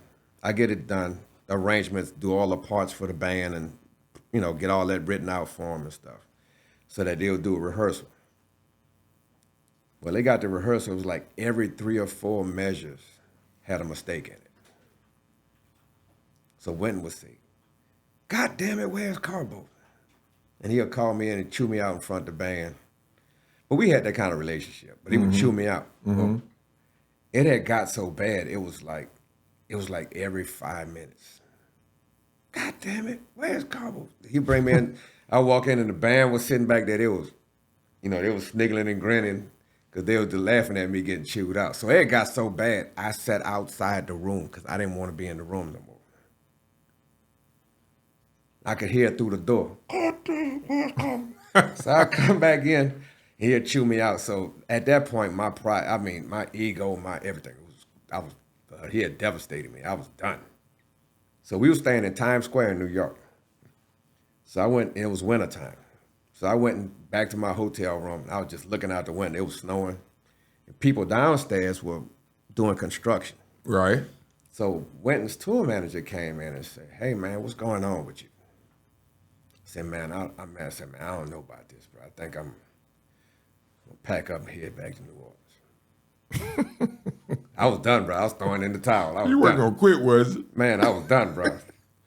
I hadn't had my ego crushed like that ever. Not that bad. So I was like, man, I don't think I'm going to go. He said, man, come over here and look out this window. I said, what's up? He said, man, you see people down there that got hard hats? He said, man, they making $20, $25 an hour. You can get you a wheelbarrow and a hard hat and go make some money. Or you can go back to New Orleans. They always hiring at Popeyes. Or you can sit here and learn this music. So I was like, I said, all right, bro. So I said that because I was like, the Popeyes wasn't going to happen. So I was like, all right. So I sat there and I learned the music. So we did a show with that music at Lincoln Center. The show went fine. After the show, everybody in the band, because Winton had a Movado watch endorsement. After the show, everybody in the band and crew got a $1,200 Movado watch except me. Well, I had only been with them maybe 2 or 3 weeks. So I just chalked it up. I'm the new kid. I'm the new one here. I haven't earned my spot or whatever. Mm-hmm. So I wanted to watch, but I was like, I was messing up, whatever. So the day after the performance, we went to RCA Studios in New York to record it. Because every time he did a performance like that, we recorded the album. So we went there and recorded. So during one of the breaks, he came over, he said, man, let me holler at you. He came, put his arm around me, he said, man, you know, you my homeboy, I love you. I said, I know. He said, yeah, but you've been messing my music up. I was like, damn, I'm about to get fired. And he kept talking and kept talking. He said, man, he was rubbing it in thick too. He was like, yeah, man, you know, man, why you do that, man? You know what you making me have to do now? He was just pouring it on thick. Mm. Oh, man, I was like, man, I'm saying to myself, man, just get it over with, bro. Just so I can go and get on the plane and head back. He pouring it on thick, like, yeah, man, you you messing my music up, man. You know, man, damn, bro, why you do this? You my homeboy, blah, blah, blah, blah, blah. We went and sat down in the green room. He put his arm around. He said, man, you know I love you, right, man? I said, yeah, bro. It's like, I'm saying to myself, man, just get it over with, bro. So he's saying, bro, look, you know what I got to do. You've been messing my music up. You know what I got to do. I said, yeah, bro. Then the saxophone player came in and handed me a watch. I told him, I said, man, don't you ever do that again. I thought I was about to be fired. He gave me a $1,200. I still got that watch today. I have not. I wore that watch one time. Man, that's crazy. But the lesson was learn the music. Get your shit together. Don't come out here on this big stage faking. Mm-hmm. You better know what you're doing. You better know. He pushed them buttons on you. Yeah, well, he wanted to make because we used to have, man, we would be up at night. I lived with him for a year in New York, in Manhattan. I would be, because I'm in a book. They wrote about me in the book. They said the only person that outworked Winton, worked longer than Winton and harder than him was me. It's in a book called A Bittersweet Blues of something. Who wrote it? Winton Marsalis. Okay. All right. So he got me in a book talking about I worked harder than him. But he'll never admit that, but that's what the writer put in there. But we would get into it to where we would almost literally be about to fight. You know how we be bumping chests and pushing? Right. We would get to that point working on the music. And then later on that night, he'll come in the room with a little glass of cognac or something. Yeah, bro, we had a good one today, didn't we? That's true love there, man. We had a good one today. He said, I'm getting my music right. And we'll talk some noise. But it was that kind of bond. It was that we was going to make this happen, but we wasn't going to let the conflict come between us. Right. You know, and 30 years later, we still cool like that. You are you attending the services for D'Angelo? No. I don't even know what he gonna be. What he gonna be at? I don't know yet. I just found out where he just died passed yesterday. And how long has it been since you talked to him? Oh, it's been years. It's been years. Yeah. That was a hard one, but I knew he was sick. I found that out. It hadn't been too long ago. That's a young brother, man. Yeah. That's a very young brother. I remember we used to go out on. He'd walk out on stage and women was just yeah. They wanted him to take his shirt off. Remember when he made that Right. video? Oh, they'll be going crazy over him. So now, before that, y'all were doing dates before that, right? Before what was the name of that album? This is when the Brown Sugar album had come out. Right. And then how How Does It Feel was on that. Okay, so y'all were doing tour dates before that. Nell was doing this tour. He was on this tour to help promote that record. You were associated with him then? Yeah, I was the production manager for the tour. Right. So like I say, it was Brownstone. Right. They had Grapevine. Their song was out, Grapevine. Then they had D'Angelo was second, and then the headliner was Brian McKnight. So during that time, did they get him physically fit for that particular? Nah, I mean, I guess I don't know if they worked on him, but he was already there when he came out. Okay, all right. It was so funny because I didn't realize how small he was. He's only like 5'6". Right. Little dude. Yeah. But he was smoking. He was killing. He was killing the stage though. Oh yeah, definitely. He was smoking, boy. And that song is hellified to this day. Shout out to my girl Shonda Reed, man. She loved that song. Oh, Shonda, yeah, man. She used to record at the stop. Yeah. Okay. She used to record over there. Hell of a singer. Now, okay, I'm glad I brought that up, man. What would you have? What advice would you have for somebody that has that amount of talent, man? Because I've been talking to her for years, man. Go do something with that talent, man. But she's stuck at freelance. What advice would you have for somebody that has that amount of talent? I mean, what I tell artists today is like, artists say they want to be successful and famous. Then you have to determine what that means for you. Everybody's success and fame is on a different level. You have people who are happy with being a local artist. Somebody who's being a regional, like Karen Brown, was completely fine with being a regional artist. Yeah. Go out and do a show in Alabama and come back home. She was cool with that. Right. To become a national artist, or even an international artist, that takes a certain level of commitment and sacrifice that many artists are not willing to put in. Mm-hmm. You know, there's a lot that goes into even trying to get a shot at being there. Right. Mm-hmm. You know, but some people are just completely fine with just doing the local gigs and playing around town and put some money in your pocket and get a chance to put your talents out to the world and go home at night. Right. Some people, so you got to determine what's your level of fame or success that you're really approaching or what you're trying to approach. Right. So like a Shonda Reed, if she really loves freelance because that's her source of income to take care of her family, then the Beyonce level of success may not be in the picture. Gotcha. Because you can't afford to leave and sacrifice that amount, because that means you're going to go, unless somebody is financing you to cover your expenses, right, you can't afford to make that move. Right. Understood. So you have to look at that because, as you know, this business will put you on the street. Yeah. That starving artist thing is a real thing. Mm-hmm. It will put you on the street if you don't watch it. Right. Like I tell a lot of artists, when engineering wasn't working, I was producing. When producing wasn't working, I was managing. When I wasn't managing, I was production. I was hooking up cables and keyboards. Yeah. When that wasn't working, I was doing this. And then, if you want to stay in the business, learn all of the aspects so you can stay in the business. Have something to fall back on.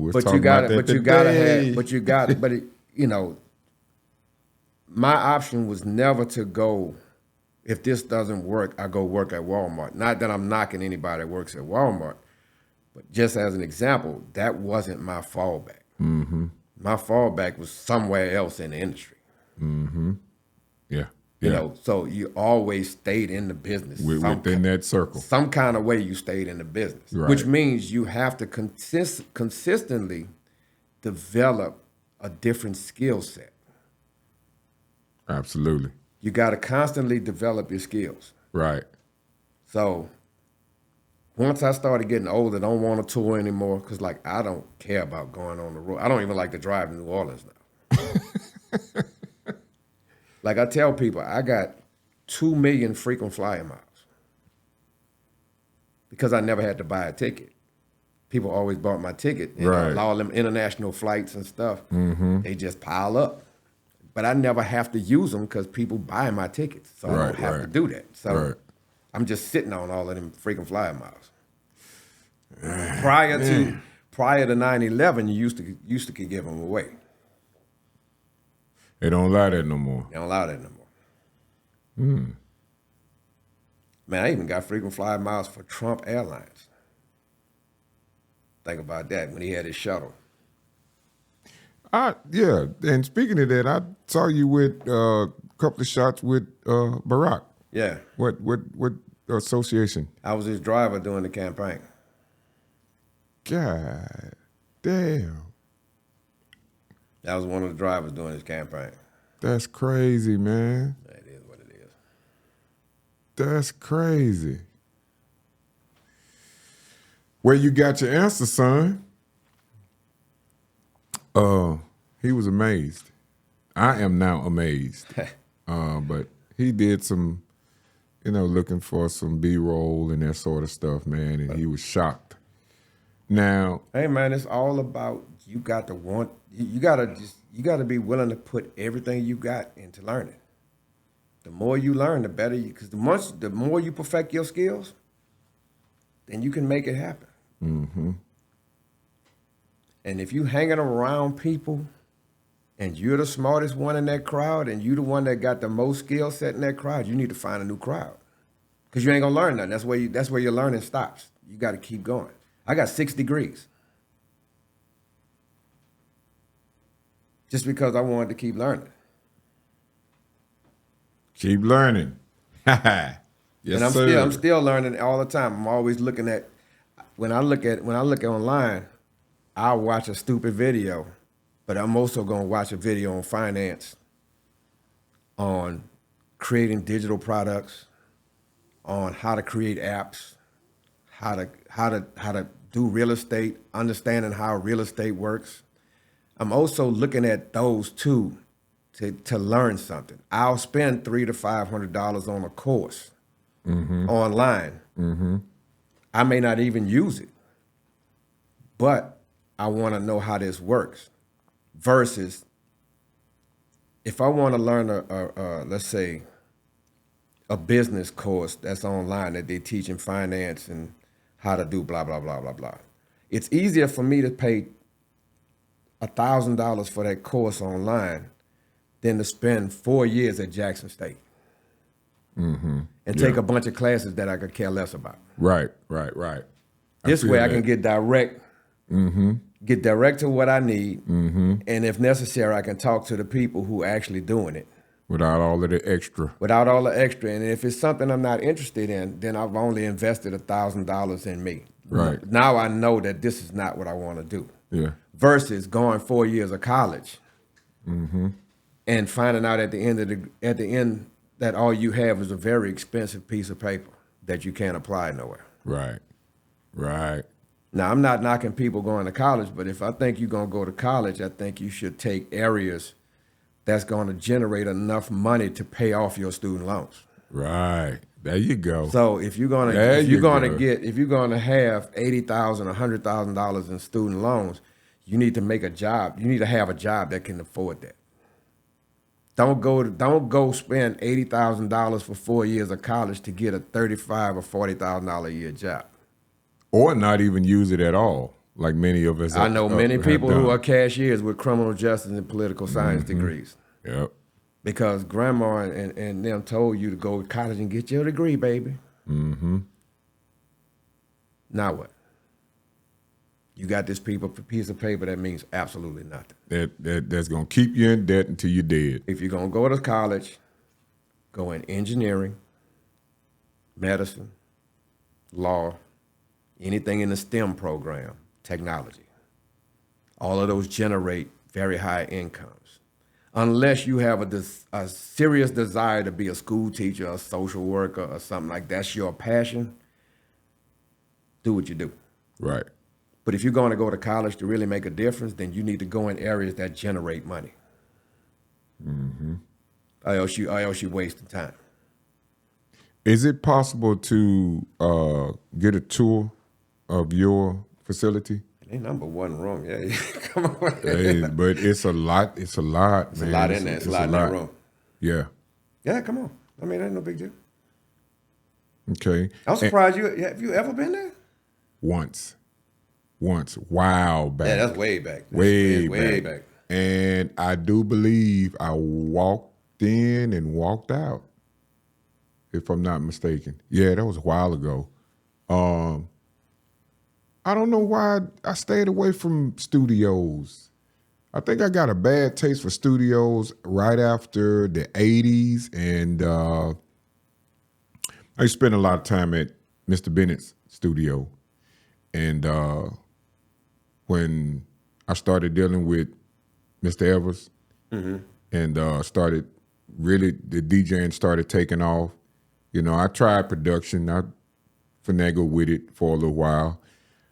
The studio started turning to smoke sessions.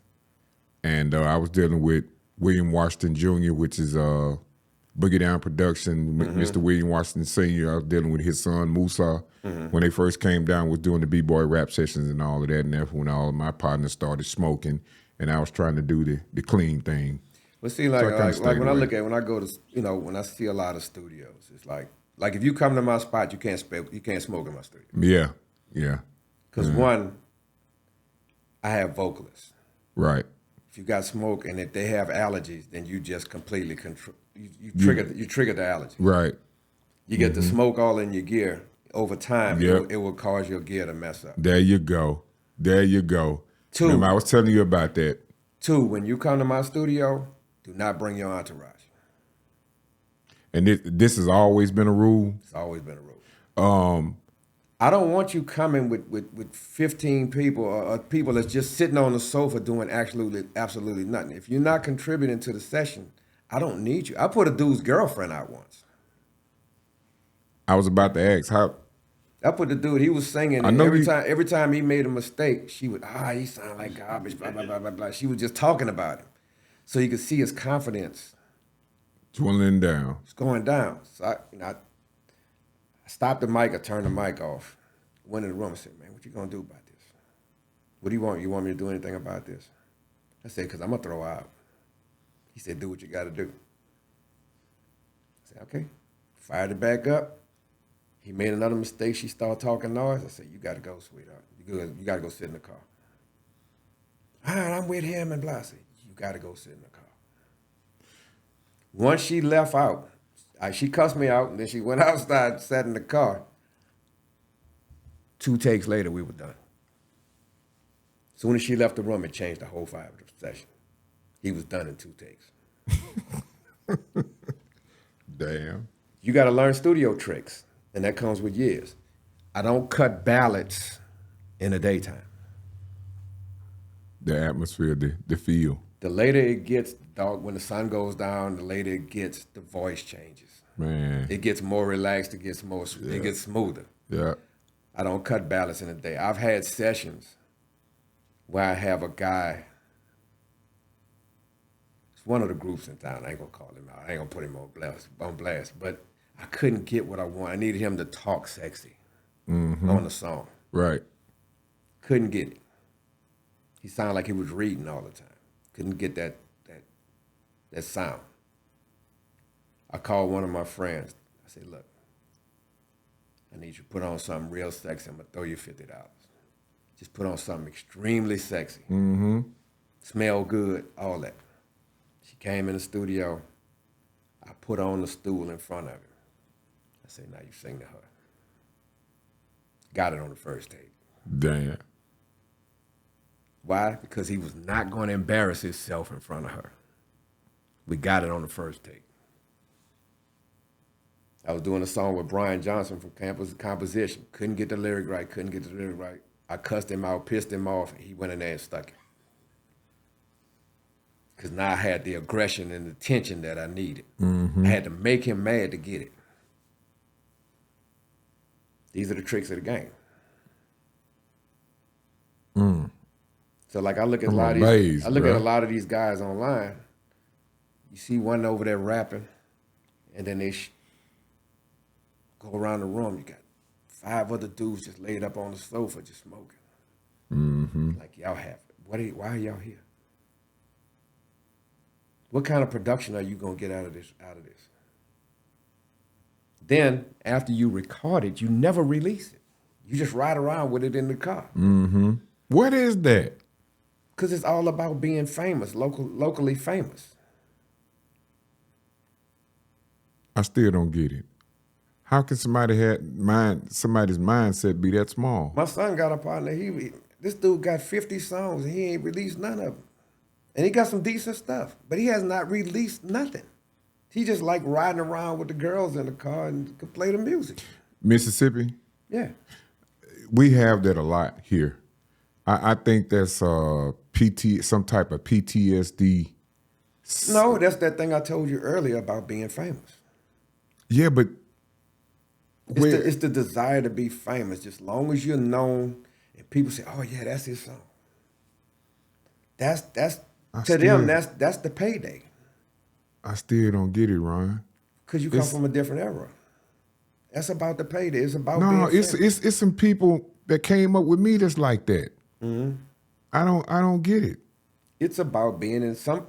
Look, man, I had a woman that was 52 years old came to my studio and asked me. She said she wanted to start a rap career.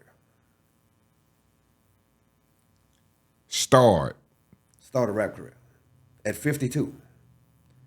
Now, I gave her a couple of options.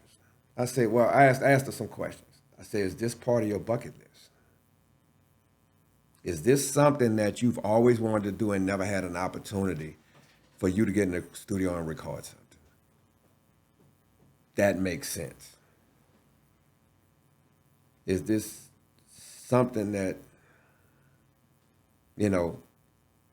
that you're going to use for a particular project? You're going to record something that goes on a film project or for a TV commercial or something like that.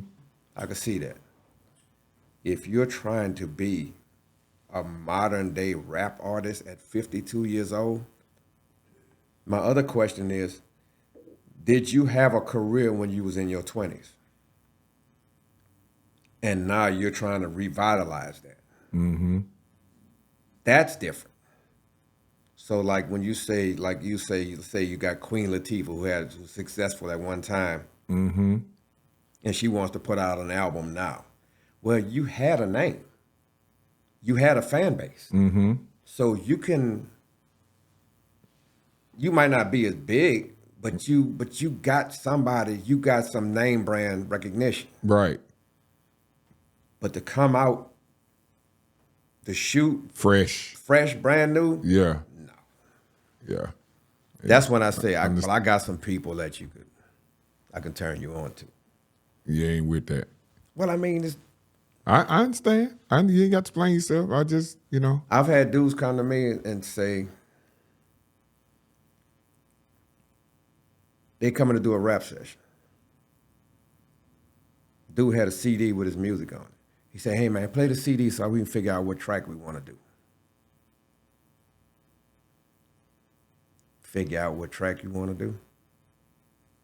So you haven't even figured that out yet? Well, yeah, man, we going to do this track. We need about an hour and a half so we can go right. I said, man, y'all can go home, bro. Hit me up when y'all ready. Oh, we'll pay for it. I said, it's not about the money. I don't want to sit here. And you're not being professional. I've had dudes, you book that session at 6, 6:45, you pulling up. I say, bro, y'all missed y'all session. Oh, you got somebody else coming in? No. Well, we can't do it? No. 45 minutes late, you missed your session. Oh, well, we can't. I say, schedule a new session. Oh, wow. But after that, they never showed up late again. You made them pay the cost the first time. Yeah. Yeah. It don't matter if I got another session. Well, what you about to do? I said, I'm about to go watch TV. Oh, you the worst person in the world. Boy. But that's how. If you want to be a professional in the business, then you have to conduct yourself as a professional. Absolutely, I agree 1,000%, man. I read some of your posts Don't call online. me. Don't call me at 6:15 for your Right. 6 o'clock session and say I'm about to be late. Right. You call me at 5:30 and tell me you about to be late. Mm-hmm. I got Lil Flip like that. Lil Flip he booked a 12 noon session. He showed up at 6. Wow. And I texted him for every hour I had to sit there. Damn. Now, how could he have fixed that? All he had to do was call and say, hey, man, can you push it back to 6? We good. But because I didn't know what time you was going to actually show up, I had to sit there. Yep. I had to sit there all that time and could not leave. I couldn't even go to the store because you might have showed up. Mm-hmm. So I taxed you for it. So then his boy came and told me, say, hey, man, Flip kind of mad. He don't, he might not come back. I said, man, I don't care. I said, and by the way, this was 12, 15 years ago. I said, and by the way, my computer got a little glitch. It might accidentally erase the music. Why'd you tell him that? Because if you don't pay me my money, your music might get erased. Damn, that's heavy. So he paid me and everything was cool. Feel about that, brother? DJ Rumble? Yeah. So, I remember one time when you was DJing at Hamps. Mm-hmm. I ain't gonna call no names. But somebody who had a lot of money who had a lot of money from their dad brought you a CD, but they started at the top. They didn't come down the grind. We'll talk about it after. Mm-hmm. But they didn't go through the grind. They just spent money and tried to bypass. Because I told them, I say, if you're in the hip hop game, you got to come from the bottom and work your way up. You can't just start at the top and bypass everybody else. Right. You can't do that. You got to earn your stripes in the game. Let me see here. So the dude brought you a CD to play at Hamps. I remember that because I was standing right there. You broke his CD in half. You broke his. I remember that. You remember? Yeah. You broke his CD in half and gave his girl $20 and told her to go buy some real music. Mm-hmm. I remember that. Yeah. I was standing right there. I was like, well, it's time for me to go. Let me go on and get out of here. Nothing went down. He got in his car and left. Mm-hmm. But you remember it now. Yes, sir. Yes, sir. That wasn't the first time that it happened. Yeah, he broke that. Yeah. And gave that girl $20. Go buy some real music. Yeah. But that was the respect that you had to earn in the hip hop, in the Mississippi hip hop market. When I moved here, I couldn't bypass Freddie Young, Right. Taylor Made Studios. Mm-hmm. I had to earn my spot in there Yeah. because they were the ones that was before me. Mm-hmm. So I had to get in the mix. I had to build relationships with them guys. Mm-hmm. Yeah. Dale Morris over there at Jackson State. Because Banner used to record over at Jackson State at their studio. Mm-hmm. Man, you bringing back some memories now, bro. Then you had cats stuff. like, Charlie Braxton. Right. Used to write the articles and all that. Do these young guys reach out to a person like that? Nah.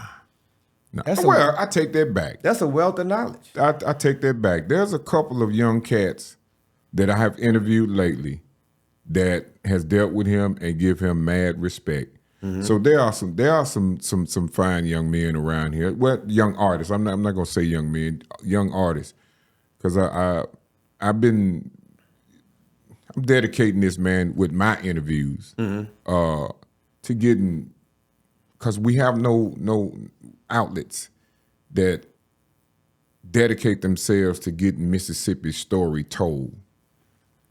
So yeah. I got the more I open my doors, man, and I interview people, man, and I'm loving it too because it's therapy for me.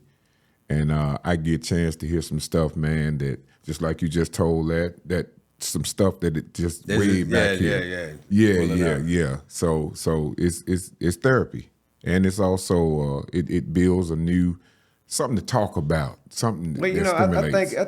I think we should at some point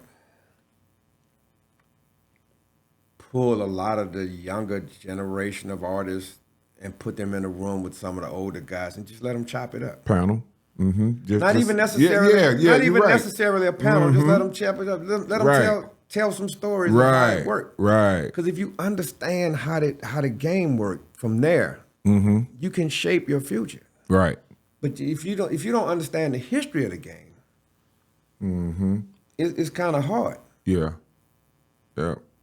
Most of them guys, I'm gonna take my song and put it on Spotify. There's 100 million songs on Spotify.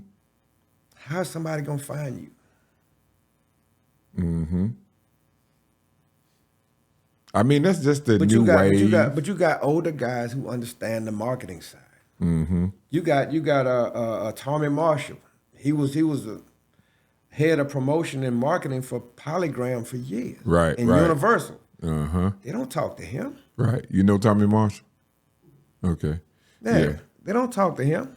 Yeah. Tommy Marshall, and Henry Rose got the Icon Awards at Music Indie Week last year. So Tommy Marshall, even though I got a big name, I got to step aside. Right. Because, there's Tommy Marshall. Right. Give you respect. Right. Absolutely. Henry Rhodes. Like I told this little young dude, he was a singer. That's when Hamps had that Wednesday night. I say, bro, you know what you need to do? You need to go get on that stage. You want to be a singer, you need to go get on that stage with them and see if you can hold up. Nah, man, I don't need to do all that, man. I got it. Because he had done some on 106 in Park. So I don't need to do all that, man. It's like, look, bro, that's how you learn. You need to get up there with some people that can cut your head. And either you going to quit or you going to develop your skills to the level to where you can be up there. And he did it. The dude kept talking. So I said, all right, bet. I'm going to make you a deal. If you can sing the song of your choice, top to bottom with no mistakes, I'll do your project for free. If you can't sing your song, since you're so great, if you can't do your own song that you choose, I don't care what you choose. Right. If you can't sing that from top to bottom, you can't ever come to my studio again. I haven't seen him since. No, man. He could have sung Mary Had a Little Lamb. I was going to do the project for him. He couldn't sing his own original from top to bottom without making a mistake. I got a problem with that. But you're a great singer. Damn. That's when I tell you, you need to go get your behind on the stage with Willie Clayton. Go get up there with Henry Rose. Go and get up there and get that seasoning from them. Let them put it on you out there. And what you gonna do? You're gonna go back, you're gonna practice, you're gonna develop your skills, you're gonna get yourself together. Wow. Females, go and get on that stage with Stephanie Luckett, Angela Walls, Karen Brown when she was here. Go on, get up there on that stage. Them true ones. Yeah, go up there and find out what it's all about. Let me ask you something on that, man. In that little that circle there, man. Something Shout out to Stephanie, Angela Walls, Henry Rose, Mike Robb. What? Malcolm Shepard. And you in there as a producer, all y'all in the music pot, man, coming from around, this southeastern region, man, or Mississippi. When people in Mississippi and surrounding areas compare y'all or ask questions about why y'all not there Oh, I get that question all the time. what is that? What? Well, they ought to see. I always tell them, as long as I got access to the internet, the highway, and an airplane, I'm fine here. Okay. Because there's nowhere that I can't go from Mississippi. But I would rather, after being on I lived in New Orleans, a major city. I moved from New Orleans to Boston, which is a major city. From Boston to Manhattan, which is a major city. Then I came here. It's peaceful, it's slow. You know, the crime rate, even though it seems bad, it's not bad compared to those cities. Cost of living is cheap. Right. It makes sense to live here. Right. My family and my kids are here. Right. I'm fine. Gotcha. I like the people here. I like I like the food. I like the culture. It's different in those other places. Yeah. Like when I was living in Boston, I was like, man, I can't, it's time to go back south. Right. Okay. I got tired of the snow, I got all that. And it was funny because I was driving back, once I hit like Meridian, I got behind a cattle truck. And how you smell all that? I was like, oh, they're back in the South. And the first thing I did when I got here, I went to Freedom Corner. They used to have a gas station on the corner over there that had fried fish. Yep. Every day for like 2 weeks. Because you don't get that up north. Fried catfish, you get like flounder and trout and stuff, but you don't get catfish. You don't get grits. You don't get biscuits. You have bagels. You know what I'm saying? So, I mean, like culturally, I was completely away from who I am. So I was like, it's time to go back south. Yeah. Understood. I'm done. I'm done now. Could I have probably been more successful in Nashville or New York or LA? Of course. Well, it's especially during that time. This was like 95. I moved here in 95. So, okay, around that time. Yeah, around that time. The industry was still, the major labels were still open, all of that stuff. But, now it's irrelevant. What do you mean? I mean, it's irrelevant to live in one of those major cities. Okay, yeah. Man, you heavy though, bro. You heavy. Well, that's 43 years, bro. Man, but damn. That's 43 years. Man, you heavy. I'm talking about heavy. Y'all do the research, man. We could be here 5 more hours and still wouldn't complete it. You heavy. And I'd say, I like, Kamikaze always say I talk too much. Shh, you don't talk enough. Yeah, he always mess with me. He say, yeah, we're going to do this interview where we're going to keep it short because you know how you like to talk. Oh, no, man. Oh, no, it's all in fun, though. It's nothing personal. I know it, but it's, man, you heavy. I'm talking about shout out heavy. to Kamikaze and Fumi. I love what they're doing over there. They got some good stuff going on. Yeah, so, seriously. Yeah. Seriously. Yep. Yeah, they're doing really good. And Rita Brent. Definitely. Yeah, I wanna give a shout out. I ain't had a chance to get there yet, but I'm coming, Rita. I'm coming. Yeah, she's doing really well. I think she's gonna probably end up with a TV show. She's doing really well. Yep. Yeah, I'm proud of her. I've really watched her progression over time. Like she's doing really well. Yeah, shout out Rita Brent. And I'm liking what you're doing.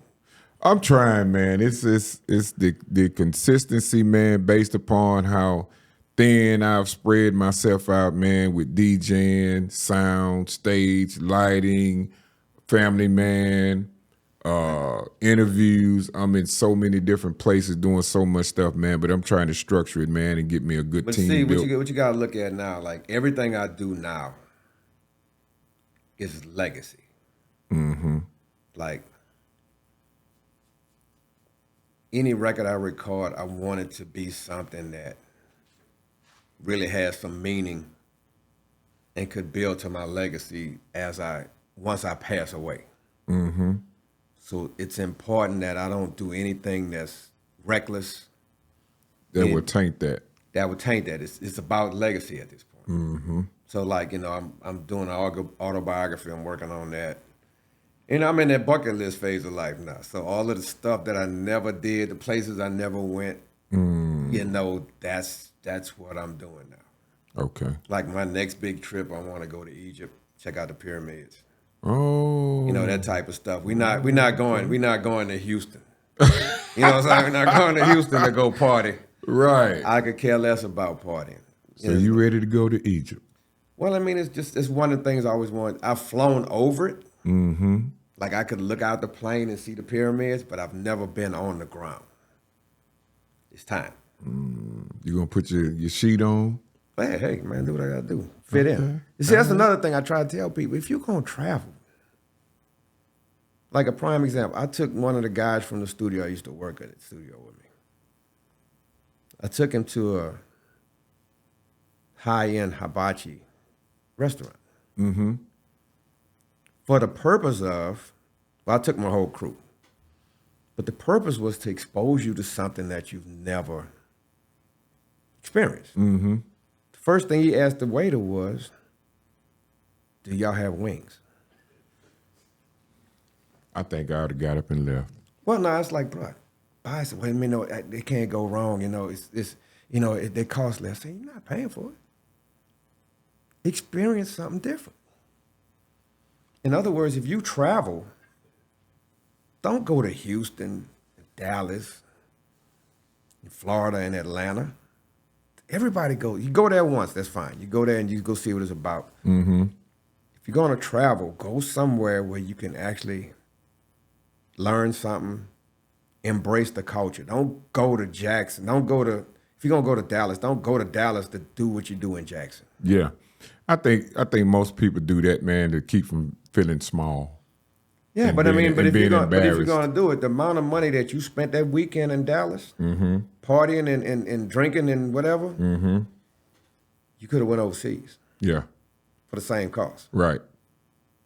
Mm-hmm. You're absolutely right. You could have went overseas for the same amount of money. You could fly, Or even less. you can fly from here to Spain for $1,500. Mm-hmm. Sure, right. You can go to Tokyo, Japan for $3,000. Yep. So that money you spent partying, go there. And when you go, don't go to Tokyo and eat McDonald's. Yep. Go eat, Experience. the culture, meet Yeah. the people, Yeah. see what's going on. Right. That's what changes you. That's Yeah, what I was artists, just about to say change the mindset. that's what changed, because that's when I was in the war, and I was over in Saudi Arabia, we went into Kuwait City. And you start to see this is one of the richest countries in the world. But people are very minimal in what they have. Like the average people. Mm-hmm. Very minimal. Not a lot of furniture, not a lot of stuff. Right. Now, you know, the rich folks, they got, you know. But the average people, very minimal, and they're very happy. Right. That made me realize that I got too much stuff. I got stuff in my house that I have not touched in 20 years. If you look around your house, you got a ton of stuff that you forgot you had, Yep.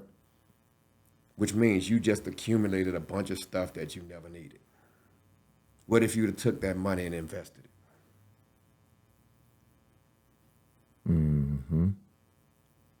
That $500,000 that you spent on this that you never wore, you wore it one time and never put it on again. That $1,000 now might have been $50,000, Invested. which would have set you up. Because see, what I also tell people too, being in the entertainment industry, a lot of times if you're not smart, we don't have a retirement plan. So you have to be smart and set things up because you don't want to be 70 years old putting stickers on bags at Walmart because you have to work, although you had a successful career. How are you setting yourself up for later? Right. People got to think about that. They don't think about that. They're looking at, man, I got this money. I'm gonna put these rims on the truck.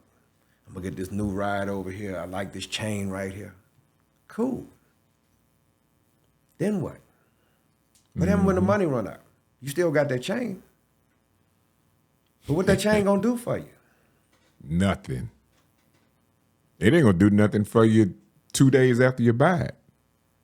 Whereas that $10,000, $12,000 you spent on that chain, if you'd have invested it some way, there are houses in Jackson that you could buy for that. Yep. Plenty. You can get several. Yeah. For 12 grand, you can get several houses. Yes, indeed. If you got a handyman or if you handyman yourself, now you got at least 2 to 3 streams of income coming in. Mm-hmm. You're making money off of that chain that you could have been wearing, or now these will buy the chain for you. Yep. And once it's paid for, you still making money on it. Mm-hmm. Then you take those and you leverage those to get you 3 more. Yep. Then you leverage that 6 to get 6 more. Now you hire a property manager because you're buying your time back. You don't want to go and have to collect rents and that. You pay somebody to do that. That's time that hour or 2 that you did, you bought that time back. Mm-hmm. Now you're using those 2 hours to go create something else. Yep. So that's how you gotta move like that. Mm-hmm. Yes, sir. You get you some stocks that pay dividends. That way every quarter you get money coming in. Cash flow. Yeah. Yeah. You see what I'm saying? Yes, sir. You gotta move like that. Yes, sir. Mm-hmm. Set you up an IRA. Like, if you're at my age, it's no use to setting up an IRA, really, because you don't have enough time to pay into it. But his age, with the compound interest and all of that, he put money into it every month. By the time he our age, he'll be a millionaire. Mm-hmm. Because he'll let the compound interest work for him. Yes, He'll be a millionaire by then. Dropping jewels. Huh?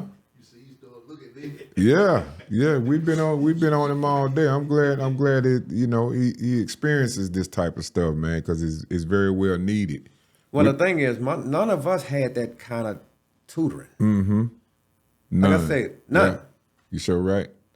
We had to feel our way around. Yeah, and a lot of we still learning. Mm-hmm. Absolutely. Still learning. My Yes, son was doing yes, some sir. investment stuff the other day, and he was like, "Dad, look at this," and I was like, "What is that?" And he's like, "What?" I said, "Show me." So I'm asking my son to show me. Mm-hmm. I can't be in that ego frame of mind. There's a where lot I of can't- us like that, bro. I can't be in that ego. I'm the daddy. I can't be in that mindset. It's a lot of us like that. Because if I would have made the moves he's making now, Mm-hmm. when I was his age, Yeah. Yeah. it's just like. And then the other thing is, you got to give back. It's important. Yeah. I don't go to church because I don't like the hustle. That's to each his own. Hey. But I got the issue with the tithing and supporting the lifestyle of a preacher. I got a problem with that. Likewise. However, when I hit a lick or something, I'll take 10% and donate it directly to a cause or a family. Mm-hmm. I was in Kroger's the other day, and this old lady was standing in line. She had to be 70-something years old. I was behind her.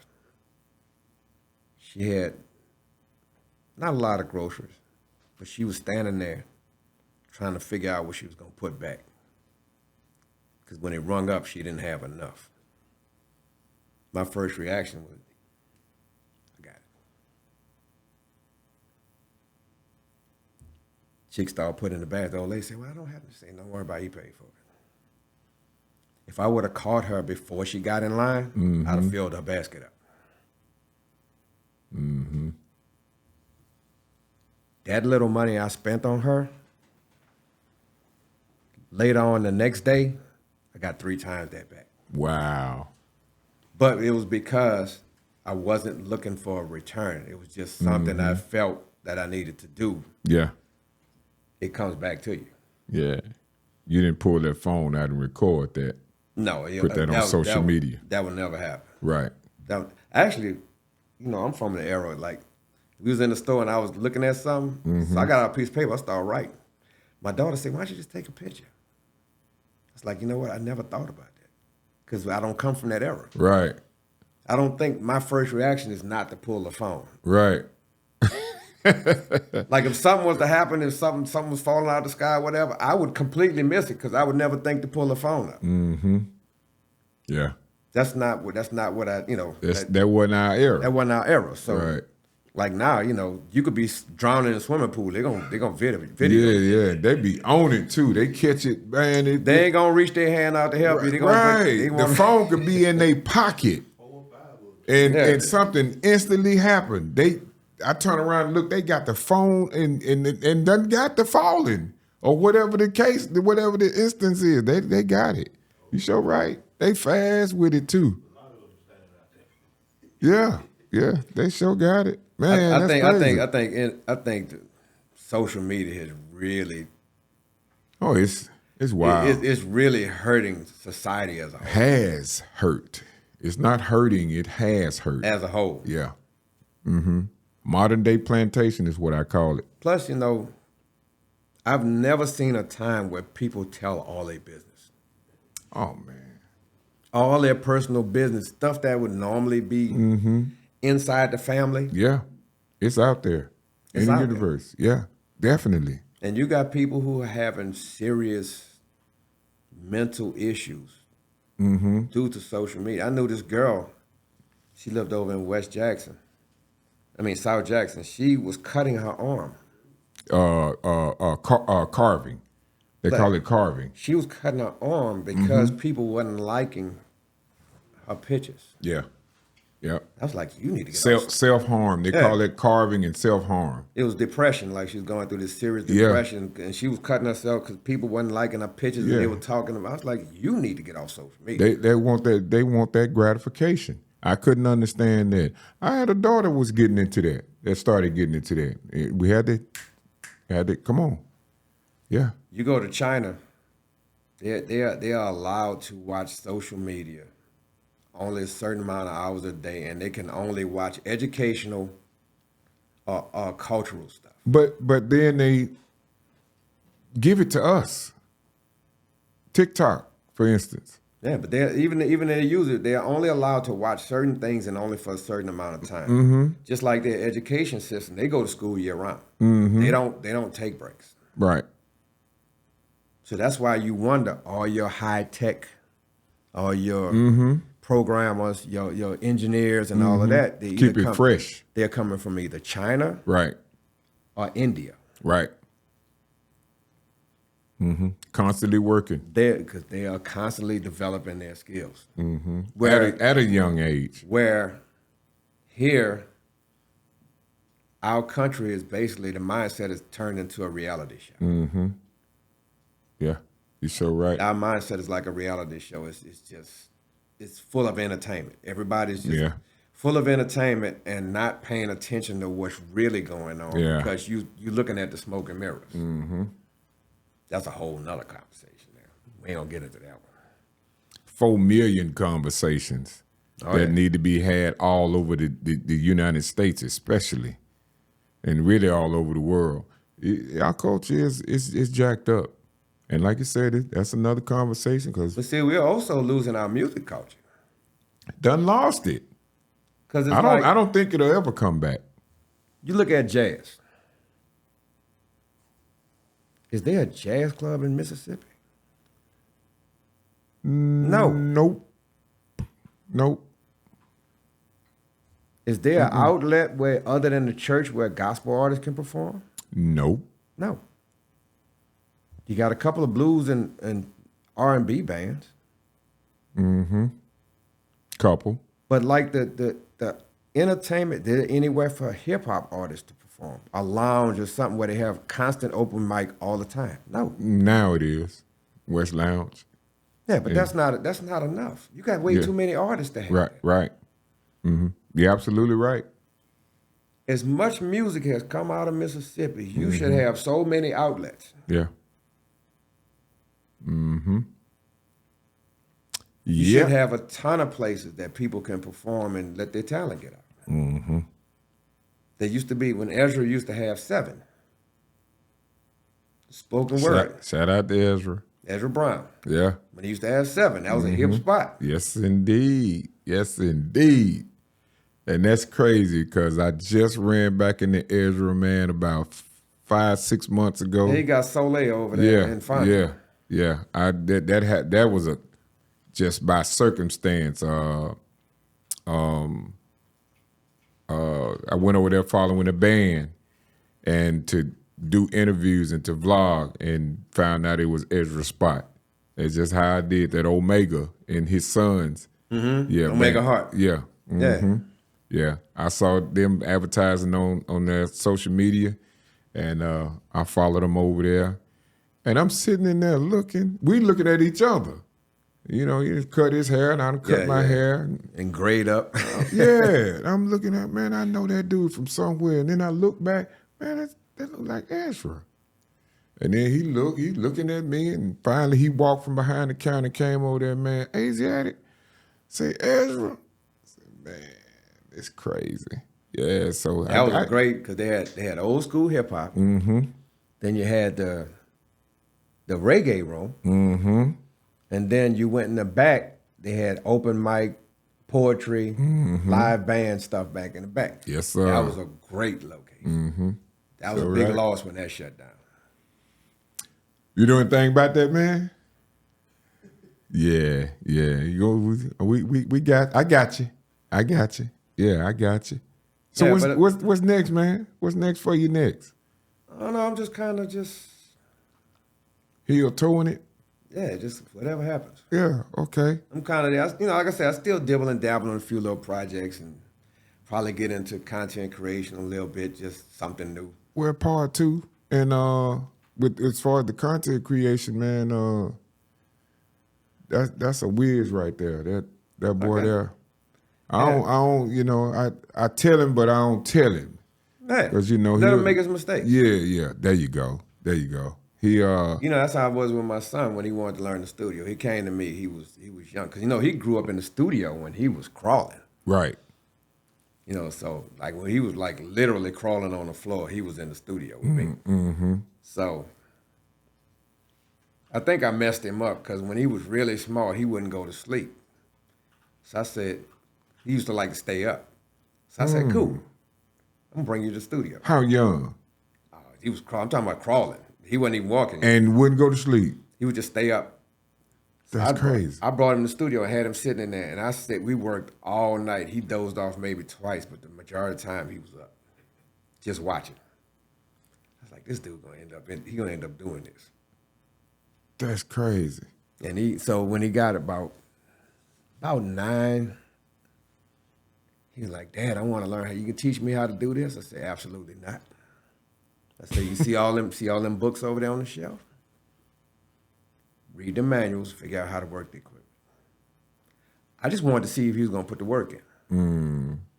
Next thing I know, like, you can hear the low end through the house, like, from the studio. He's about 11, I guess. On the weekend, I could hear boom, boom, boom, boom. I was like, he's still up. 2 or 3 o'clock in the morning, he's still in the studio. Next thing I know, he brought me a CD. How you learn to do all this? He had made a beat and everything. Figured out how to use, used to be called Fruity Loops then, it's FL Studio. He had to learn how to use that and everything. He had made a beat. I said, all right, cool. Now I'll show you how to work it. Because now I know you're serious now. Yeah. I know you put the work in, but I told him, because you're my son, I can't give this to you.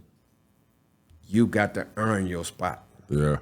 You got to grind. You got to pay your dues with the other guys around your age. You got to earn this. I can't hand it to you because they won't respect you. Right. Asiatic Blakk will break your CD. Yeah. Yeah. You got to earn it. So I made him go through that process. That's cool. So now I can't take it away from him because he knows it. Right. He learned it. He learned how to troubleshoot. He learned how to, all the problems he learned it. So now he can do what he want to do. So let me ask you this: Did you have like his mother or any people in your family to say you was too hard on him? No, not really. Okay. Not really. It wouldn't have mattered anyway.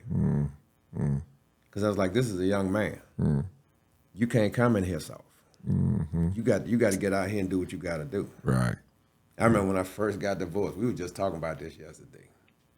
He came over. He was 11. And he said, asked me for some Air Force Ones at the time. Well, I had just went through a divorce, so I ain't had no money. I said, well, bro, I can't get that for you right now. He said, you don't do nothing for me.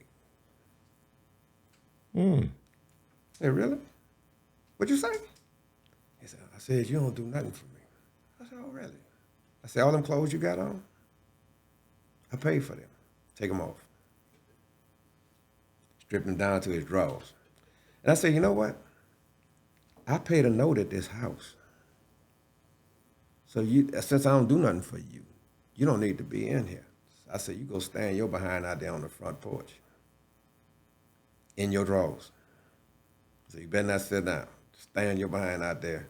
I left him out there for about 45 minutes. Now I was peeking through the curtain because he's out there crying. I was out there, I'm behind the curtain cracking up. But when he finally figured it out and said, come back in, I said, now you feel like I don't do nothing for you? We never had that conversation ever again. I don't know, man. We might have came from the same tribe back in the day or something, man. Well, I mean, it's just a reality check. We just not gonna go there. Appreciate what you got. Why you laugh back there, Stanley? Hey, Appreciate what you got. hey, just saying. But because he's hard on you, look what you're doing now. How old are you? 14. Wow. How many people your age even doing this? Exactly. You're that far ahead of the game. Kobe Bryant was looking at right there, he said, I used to practice at 6 to 10, take a break, 2 to 6, take a 2-hour dinner break, then 8 to 10. He said, but instead I changed to 4:30 to 6, took a break, 7 to, he got 4 sessions in a day versus 3. He said, after 6 months or a year of doing this, I've developed so many skills that my competition will never catch up because I've put that much extra work in. You're ahead of the game. You're ahead of the game. You're already ahead of the game. Only thing I would suggest you do now is push harder. And teach me some stuff. I mean, but when you practice and when you developing stuff, don't work on the stuff you know. Work on stuff you don't know and stuff that's difficult. Don't just keep doing stuff that you already know because you're not getting any better. Find the stuff that you're not familiar with, that you don't know how to do, and that's what you work on. And once you get that, then you find something else you don't know. That just puts you further and further in the game. But if you just, it's like a musician. If you play this scale and you love this song, or you play this one song and you love it, and that's all you play all the time, well, you limited to that one song. You can't do nothing else because that's all you know. You never tried to learn something. Well, I didn't really want to do it because it takes too much time to learn. But then, You shut yourself out. yeah. So find stuff. You look at a video, you look at something somebody did. Like, I used to dissect. That's how I learned how to mix. I would listen to records. I tell people, you got to listen to a lot of records. I would listen to a record. Like two of my favorite records to listen to learn how to mix was Rhythm Nation and Q's Juke Joint, Quincy Jones. There's so much stuff going on in the record. I would listen to them and then try to figure out what they did. what effects you use. Why did you pan this that way? Why did you make it the delays bounce the way they did? How did you create this effect? Even though they didn't have 3D sound back then, if you listen to a Janet record, it sounds like it's going around your head, like some of the delays. How did they create that? You know, how did they create that? So I would get in the studio and try to figure that out. So you would dissect it. You would reverse engineer the record to try to figure out how they did it. That teaches you how to mix. How did they create this sound? What kind of reverb and stuff do they have on this vocal to make it sound like that? You try to duplicate it. Once you figure it out, then you go on to the next thing. Because now you got a skill that nobody else got. At least you and that one other person. Yes, sir. But that's it. Like, so when you're looking at certain effects, certain this, certain that, animation, stuff like that, you learning those type of skills. If you see that, then you say like, well, what happens if I do this? I've made some good mixes by accidentally hit the wrong button. And you hit it and it affects like, damn, I kind of like that. Yeah. Same way DJs learn different things. Yeah. By making those mistakes. Some of them are trial and error. Remember I was telling you that? He don't like to do things with the crowd there. Man, get out there and do that shit. There ain't nothing they can do to you. You have learned something by making a mistake. Well, first and foremost, if they haven't heard what you've been working on, they want to know if it's a mistake or not. There you go. Well, I'm a blues DJ now. I'm trying to learn how to mix. How to what? How to mix. They used to be playing blues on WMPR, so I'm venturing out into other things now. So figure out how to mix that blues into what you're doing.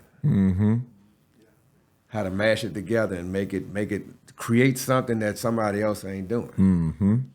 Absolutely. That's what creates, man, you fool around and create a whole new genre of mixing. You never know. Because I tell people always used to ask me, do you think this a hit? It's not up to me. It's up to the consumer who buys it. For a long time, every time I said a song was a hit, it flopped for a long time. So if I didn't like your song, that was probably the one you should release. For some reason, it was like that for a very long time. Wow. It's like, I don't really, it's like the song is all right. Next thing you know, it's a hit. So it's like, that was my gauge. If I didn't like it, that's the one you probably should put out. Wow.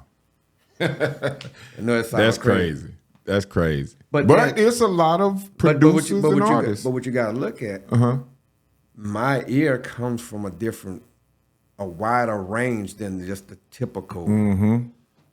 So it's like, if I have a trumpet player that does a project, like a local trumpet player that plays it, and he asks me what I think about his record, I'm automatically comparing you to Wynton Marsalis.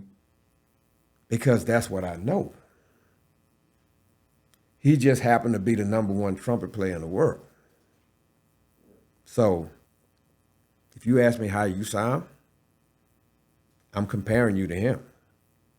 It's automatic. If you're not at least in the ballpark, I don't expect you to be him, but you got to be in the ballpark. Right. Got to be on that level. Well, you got to at least be in the on the ballpark. You should know all of his stuff. You should know the music, all the great trumpet players. You should know them. If you're a DJ, you should know all of the great DJs all the way back. From where it started, where it first started, the first house parties in New York. Yes, sir. Even before that, I tell the DJs, if you don't know that the turntable is an instrument, then you don't need to be in this game. There were records where only thing the DJ did was scratched. Or beat juggle. And just, Yep. that's all they did on the record, because that was an instrument. It wasn't, we didn't care about the song that was playing. It was the scratching and the beats that you did. Yep. We did a show. There was a guy named Frank Terry. had a senior project at Jackson State. He was a theater major. I don't know what year this is. This is around 98, 99, something like that. Well, the night before his, or 2 nights before his recital to graduate, the band that he had that played for his play quit. So he started, he was complaining. He said, man, the band, I ain't gonna be able to graduate. I said, man, look, we're gonna put this thing together. So I put together a band. It was me, a guy named Ringo, who used to be in town, played keyboards. Ezra Brown was on sax. My drummer was fingerprint on the DJs, on the turntables. That was the drummer. There. We pulled that thing off, and people had no idea that he didn't have an actual band behind the curtain. Finger was spinning beats on the turntables. Mm-hmm. Ezra was playing horn, and me and Ringo was playing keyboards. Pull that play off. Nobody knew any different. You feel that, man? Yeah. Because we didn't have a drummer, but Fingerprint knew how to make them beats. Mm-hmm. He had the little thing where the drum pad where he had it, and he could scratch. Shit, that was our drummer. And we pulled that thing off. There it is. Now I never saw the play, never know what the play looked like. I wore a set of headphones, and they would tell me, start the music. And they would tell me when to stop. And we pulled off the entire play. Never saw the play. We was behind the curtain the whole time. That's the type of stuff I like. That's the type of stuff. Creativity, man. Well, the bottom line is sometimes you just got to figure it out. Yeah, coming off the muscle. You just got to figure it out. Yeah. And it just, like when I did this last song with compositions in the studio, they called Jacktown Sons for the project. We went in the studio to record. I had absolutely no idea what we was going to do. Brian had a YouTube track that he had written a song to, the instrumental. I knew we had to recut that track, but we had to change it enough to where he wouldn't get sued. Went in the studio, had no idea, literally, what we was going to do. Thing turned out great. That's because I left it up to the musicians. Put your piece in there and we'll figure it out. 3 hours later, we was done. Cut it at Malaco Studio. You didn't have no idea what you was gonna do. I didn't know. But I knew we had to. Only thing I kept from the original track was the bass line that they used. I knew we was gonna keep that because that was really driving the song. All the rest of the stuff, had no idea. We didn't know what we was gonna do. We changed it up because we had to change it up enough to where it didn't sound like that original track. Question. We was talking about this a little while before. So I'm gonna ask your knowledge. You're gonna have a lot to edit. And I let it roll. Okay. Yeah. Now what I'm fixing to do is start, taking little excerpts out of it. That's what I'm saying, yeah. But AI. All right, what about it? What you feel about this new AI wave that's going on with music? It's here. It's here. Now, a lot of people, I think you should use it as a tool, a creative tool, but eventually it's gonna replace a lot of artists. So if you're a mediocre artist, you're gonna get replaced by the AI.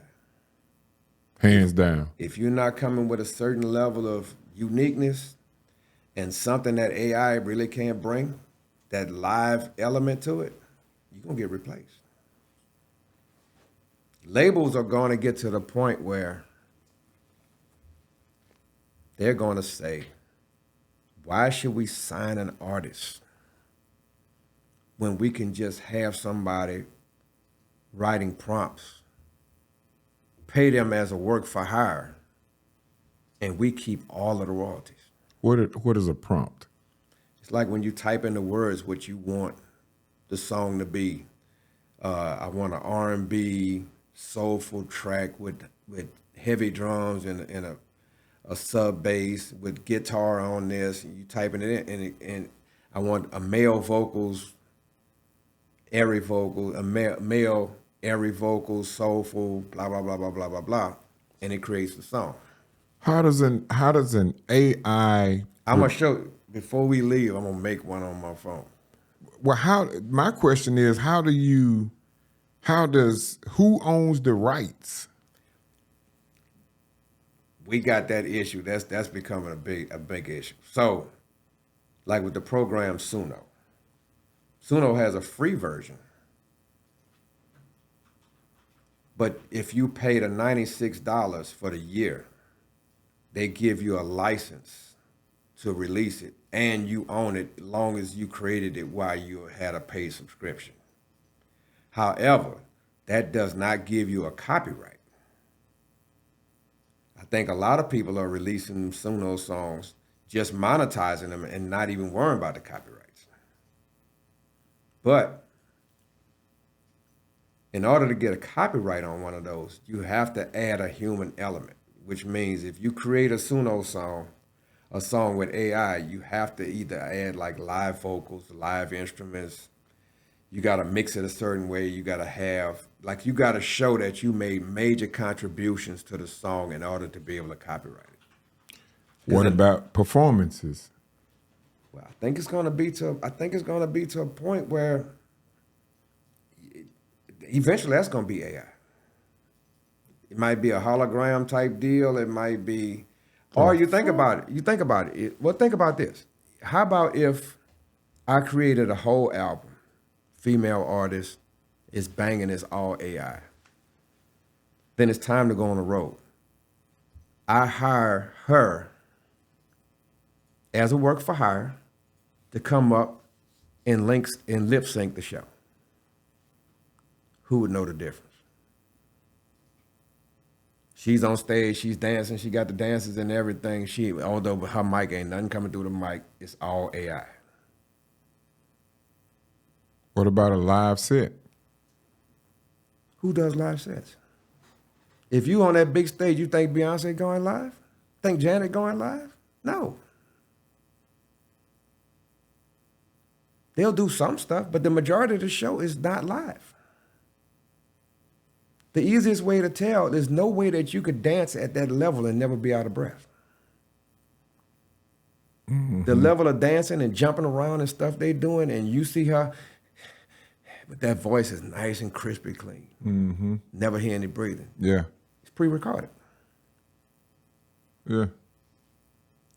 I mean, Janet used to put it on her tickets. Like portions of the show is pre-recorded. She used to print that on tickets.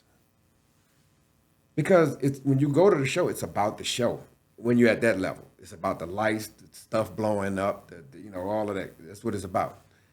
Now, when you get to, when you're doing that show at the Coliseum, Thayer Hall, when, how many shows have you gone to, and if you look behind the curtain, there's a guy sitting there running Pro Tools with the background vocals. You're looking at this song, you got two background singers, but you got this huge background. Mm-hmm. Yeah. It's pre-recorded. Yeah, I've seen that several times. Yeah, it happens all the time. Yeah. Man. All this national anthem for the Super Bowl and all that's pre-recorded. Because they don't want to take a chance of making a mistake. Right. Yeah. Yeah. If you look at the old soul trains. Mm-hmm. You see the band on stage, it's not a cable hooked in, no guitar. That absolutely. Nothing. Absolutely. They lip syncing. Yeah. But that was so that the show would not make any mistakes. Mm-hmm. Now, you're really high-end artists who really can really sing. I think there'll be a place for them. But that mainstream hip-hop, pop, EDM, and stuff like that, mm-hmm. AI might replace a whole bunch of them. But you think about it, the labels have lost a lot of money due to streaming. A lot of labels have actually shut down due to that. Now, because of AI, they have a way to recoup their money back. Because you can create artists, never have to pay the artist, don't have to pay for studio time, don't have to pay for songwriters, don't have to pay for producers, don't have to pay for engineers. But you collect all the royalties. That's where they're going with this. That's stupid. But it's business. It's not, remember, you're just a product. And if your product, if I got to deal with your attitude negotiating at the table, but yet I can sit here and create something. AI write the songs too. He writes a song for you too.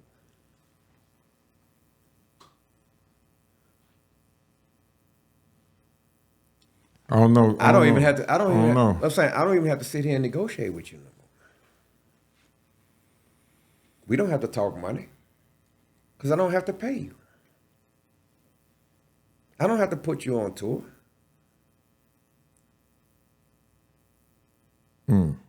What about the girl that just up there in the Delta that just signed got offered a $3 million deal for her AI artist? Put me on. There's a girl in the Delta. She's a poet. She created some songs on her program, Suno, and they had a bidding war, and one of the labels offered her $3 million for an AI artist. There are a couple of bands out right now that have over 1 million followers in their AI. Mm-hmm. I've seen some of that. Man. So think about it.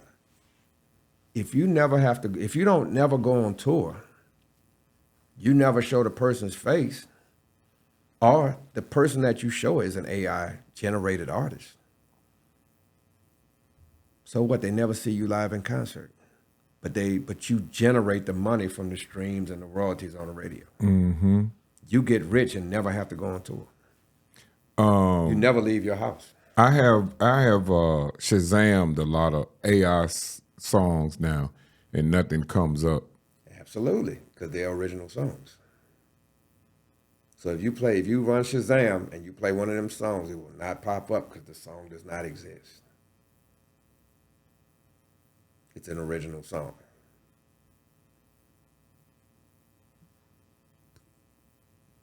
You could go to ChatGPT, write your lyrics, copy them in the Suno, have Suno generate your track and it puts the lyrics and the vocals. It'll sing it for you or rap it for you. Now. Absolutely.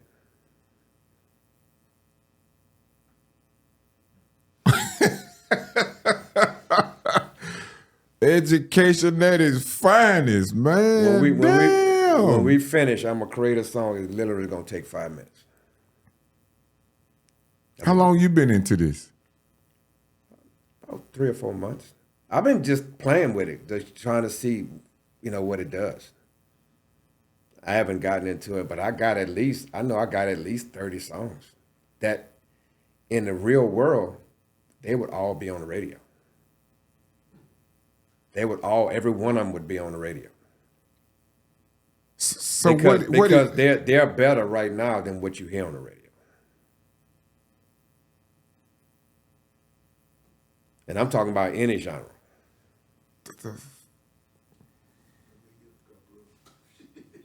And the scary part, we just scratching the surface.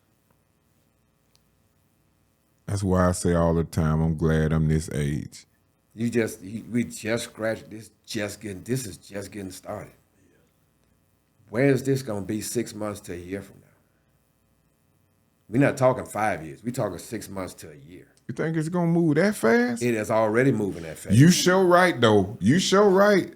You didn't tell a lie. It's already moving that fast. You did not tell a lie, because I know some YouTube pages that did not exist 6 months ago. I played my first AI generated song, which was "What Is It" by Webby. Mm-hmm. Maybe 4 months ago. I have a whole crate now of AI generated songs by whomever the people are, and I've subscribed to their channels, and they come out with stuff every day. You could cut an entire album in an hour and a half.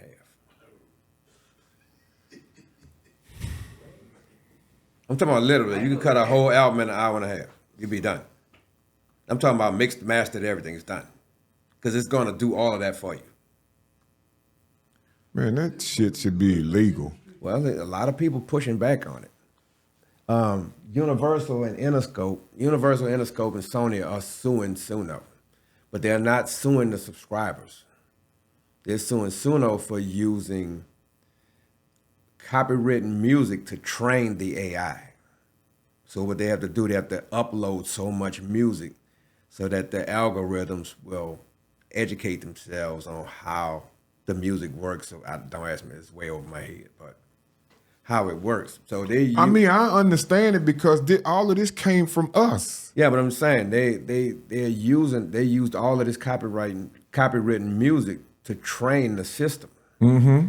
The same way ChatGPT used books and right. It's the same thing. They train it that way. So and these books are written by humans. Yeah, but the problem is they didn't get the permission or pay the license that they needed to pay. Right. So that's why they are fighting in court. But they are not going to shut them down. What they may do now is make them pay a deal. They're going to make a deal on it. Because they're not about to shut the ship down. The ship making money. So they're going to let that roll. And it's funny, it's moving so fast that the copyright, U.S. government copyright office has not caught up with it yet. They can't catch up with it. They're trying to figure out how are you going to copyright this? But you're going to have to figure it out. Computer code and all the right programs, all of that is copyrightable. People are creating programs and apps and websites and all of that strictly with AI now. Where you used to have to get a coder or somebody to do it for you. Mm-hmm. A couple of clicks and you got your whole thing now.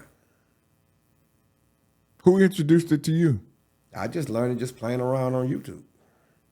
I told you, I look at stupid stuff, but then I learn as much as I can on other stuff. And when I see like AI, it's like, I need to get up on this.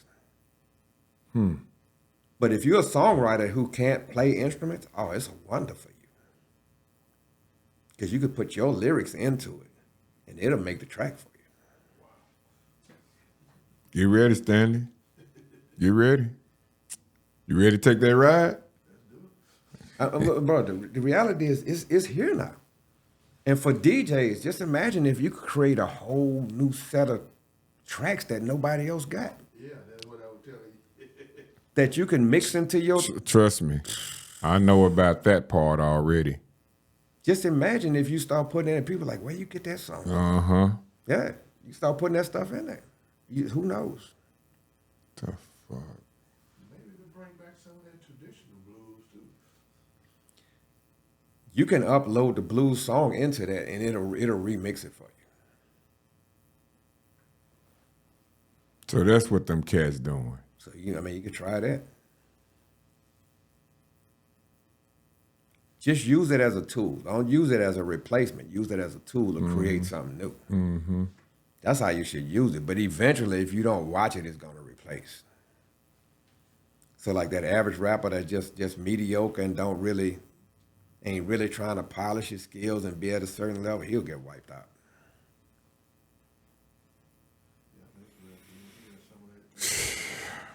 Man. All right. Ron, I appreciate you coming through, man. This is heavy. Man. That's crazy.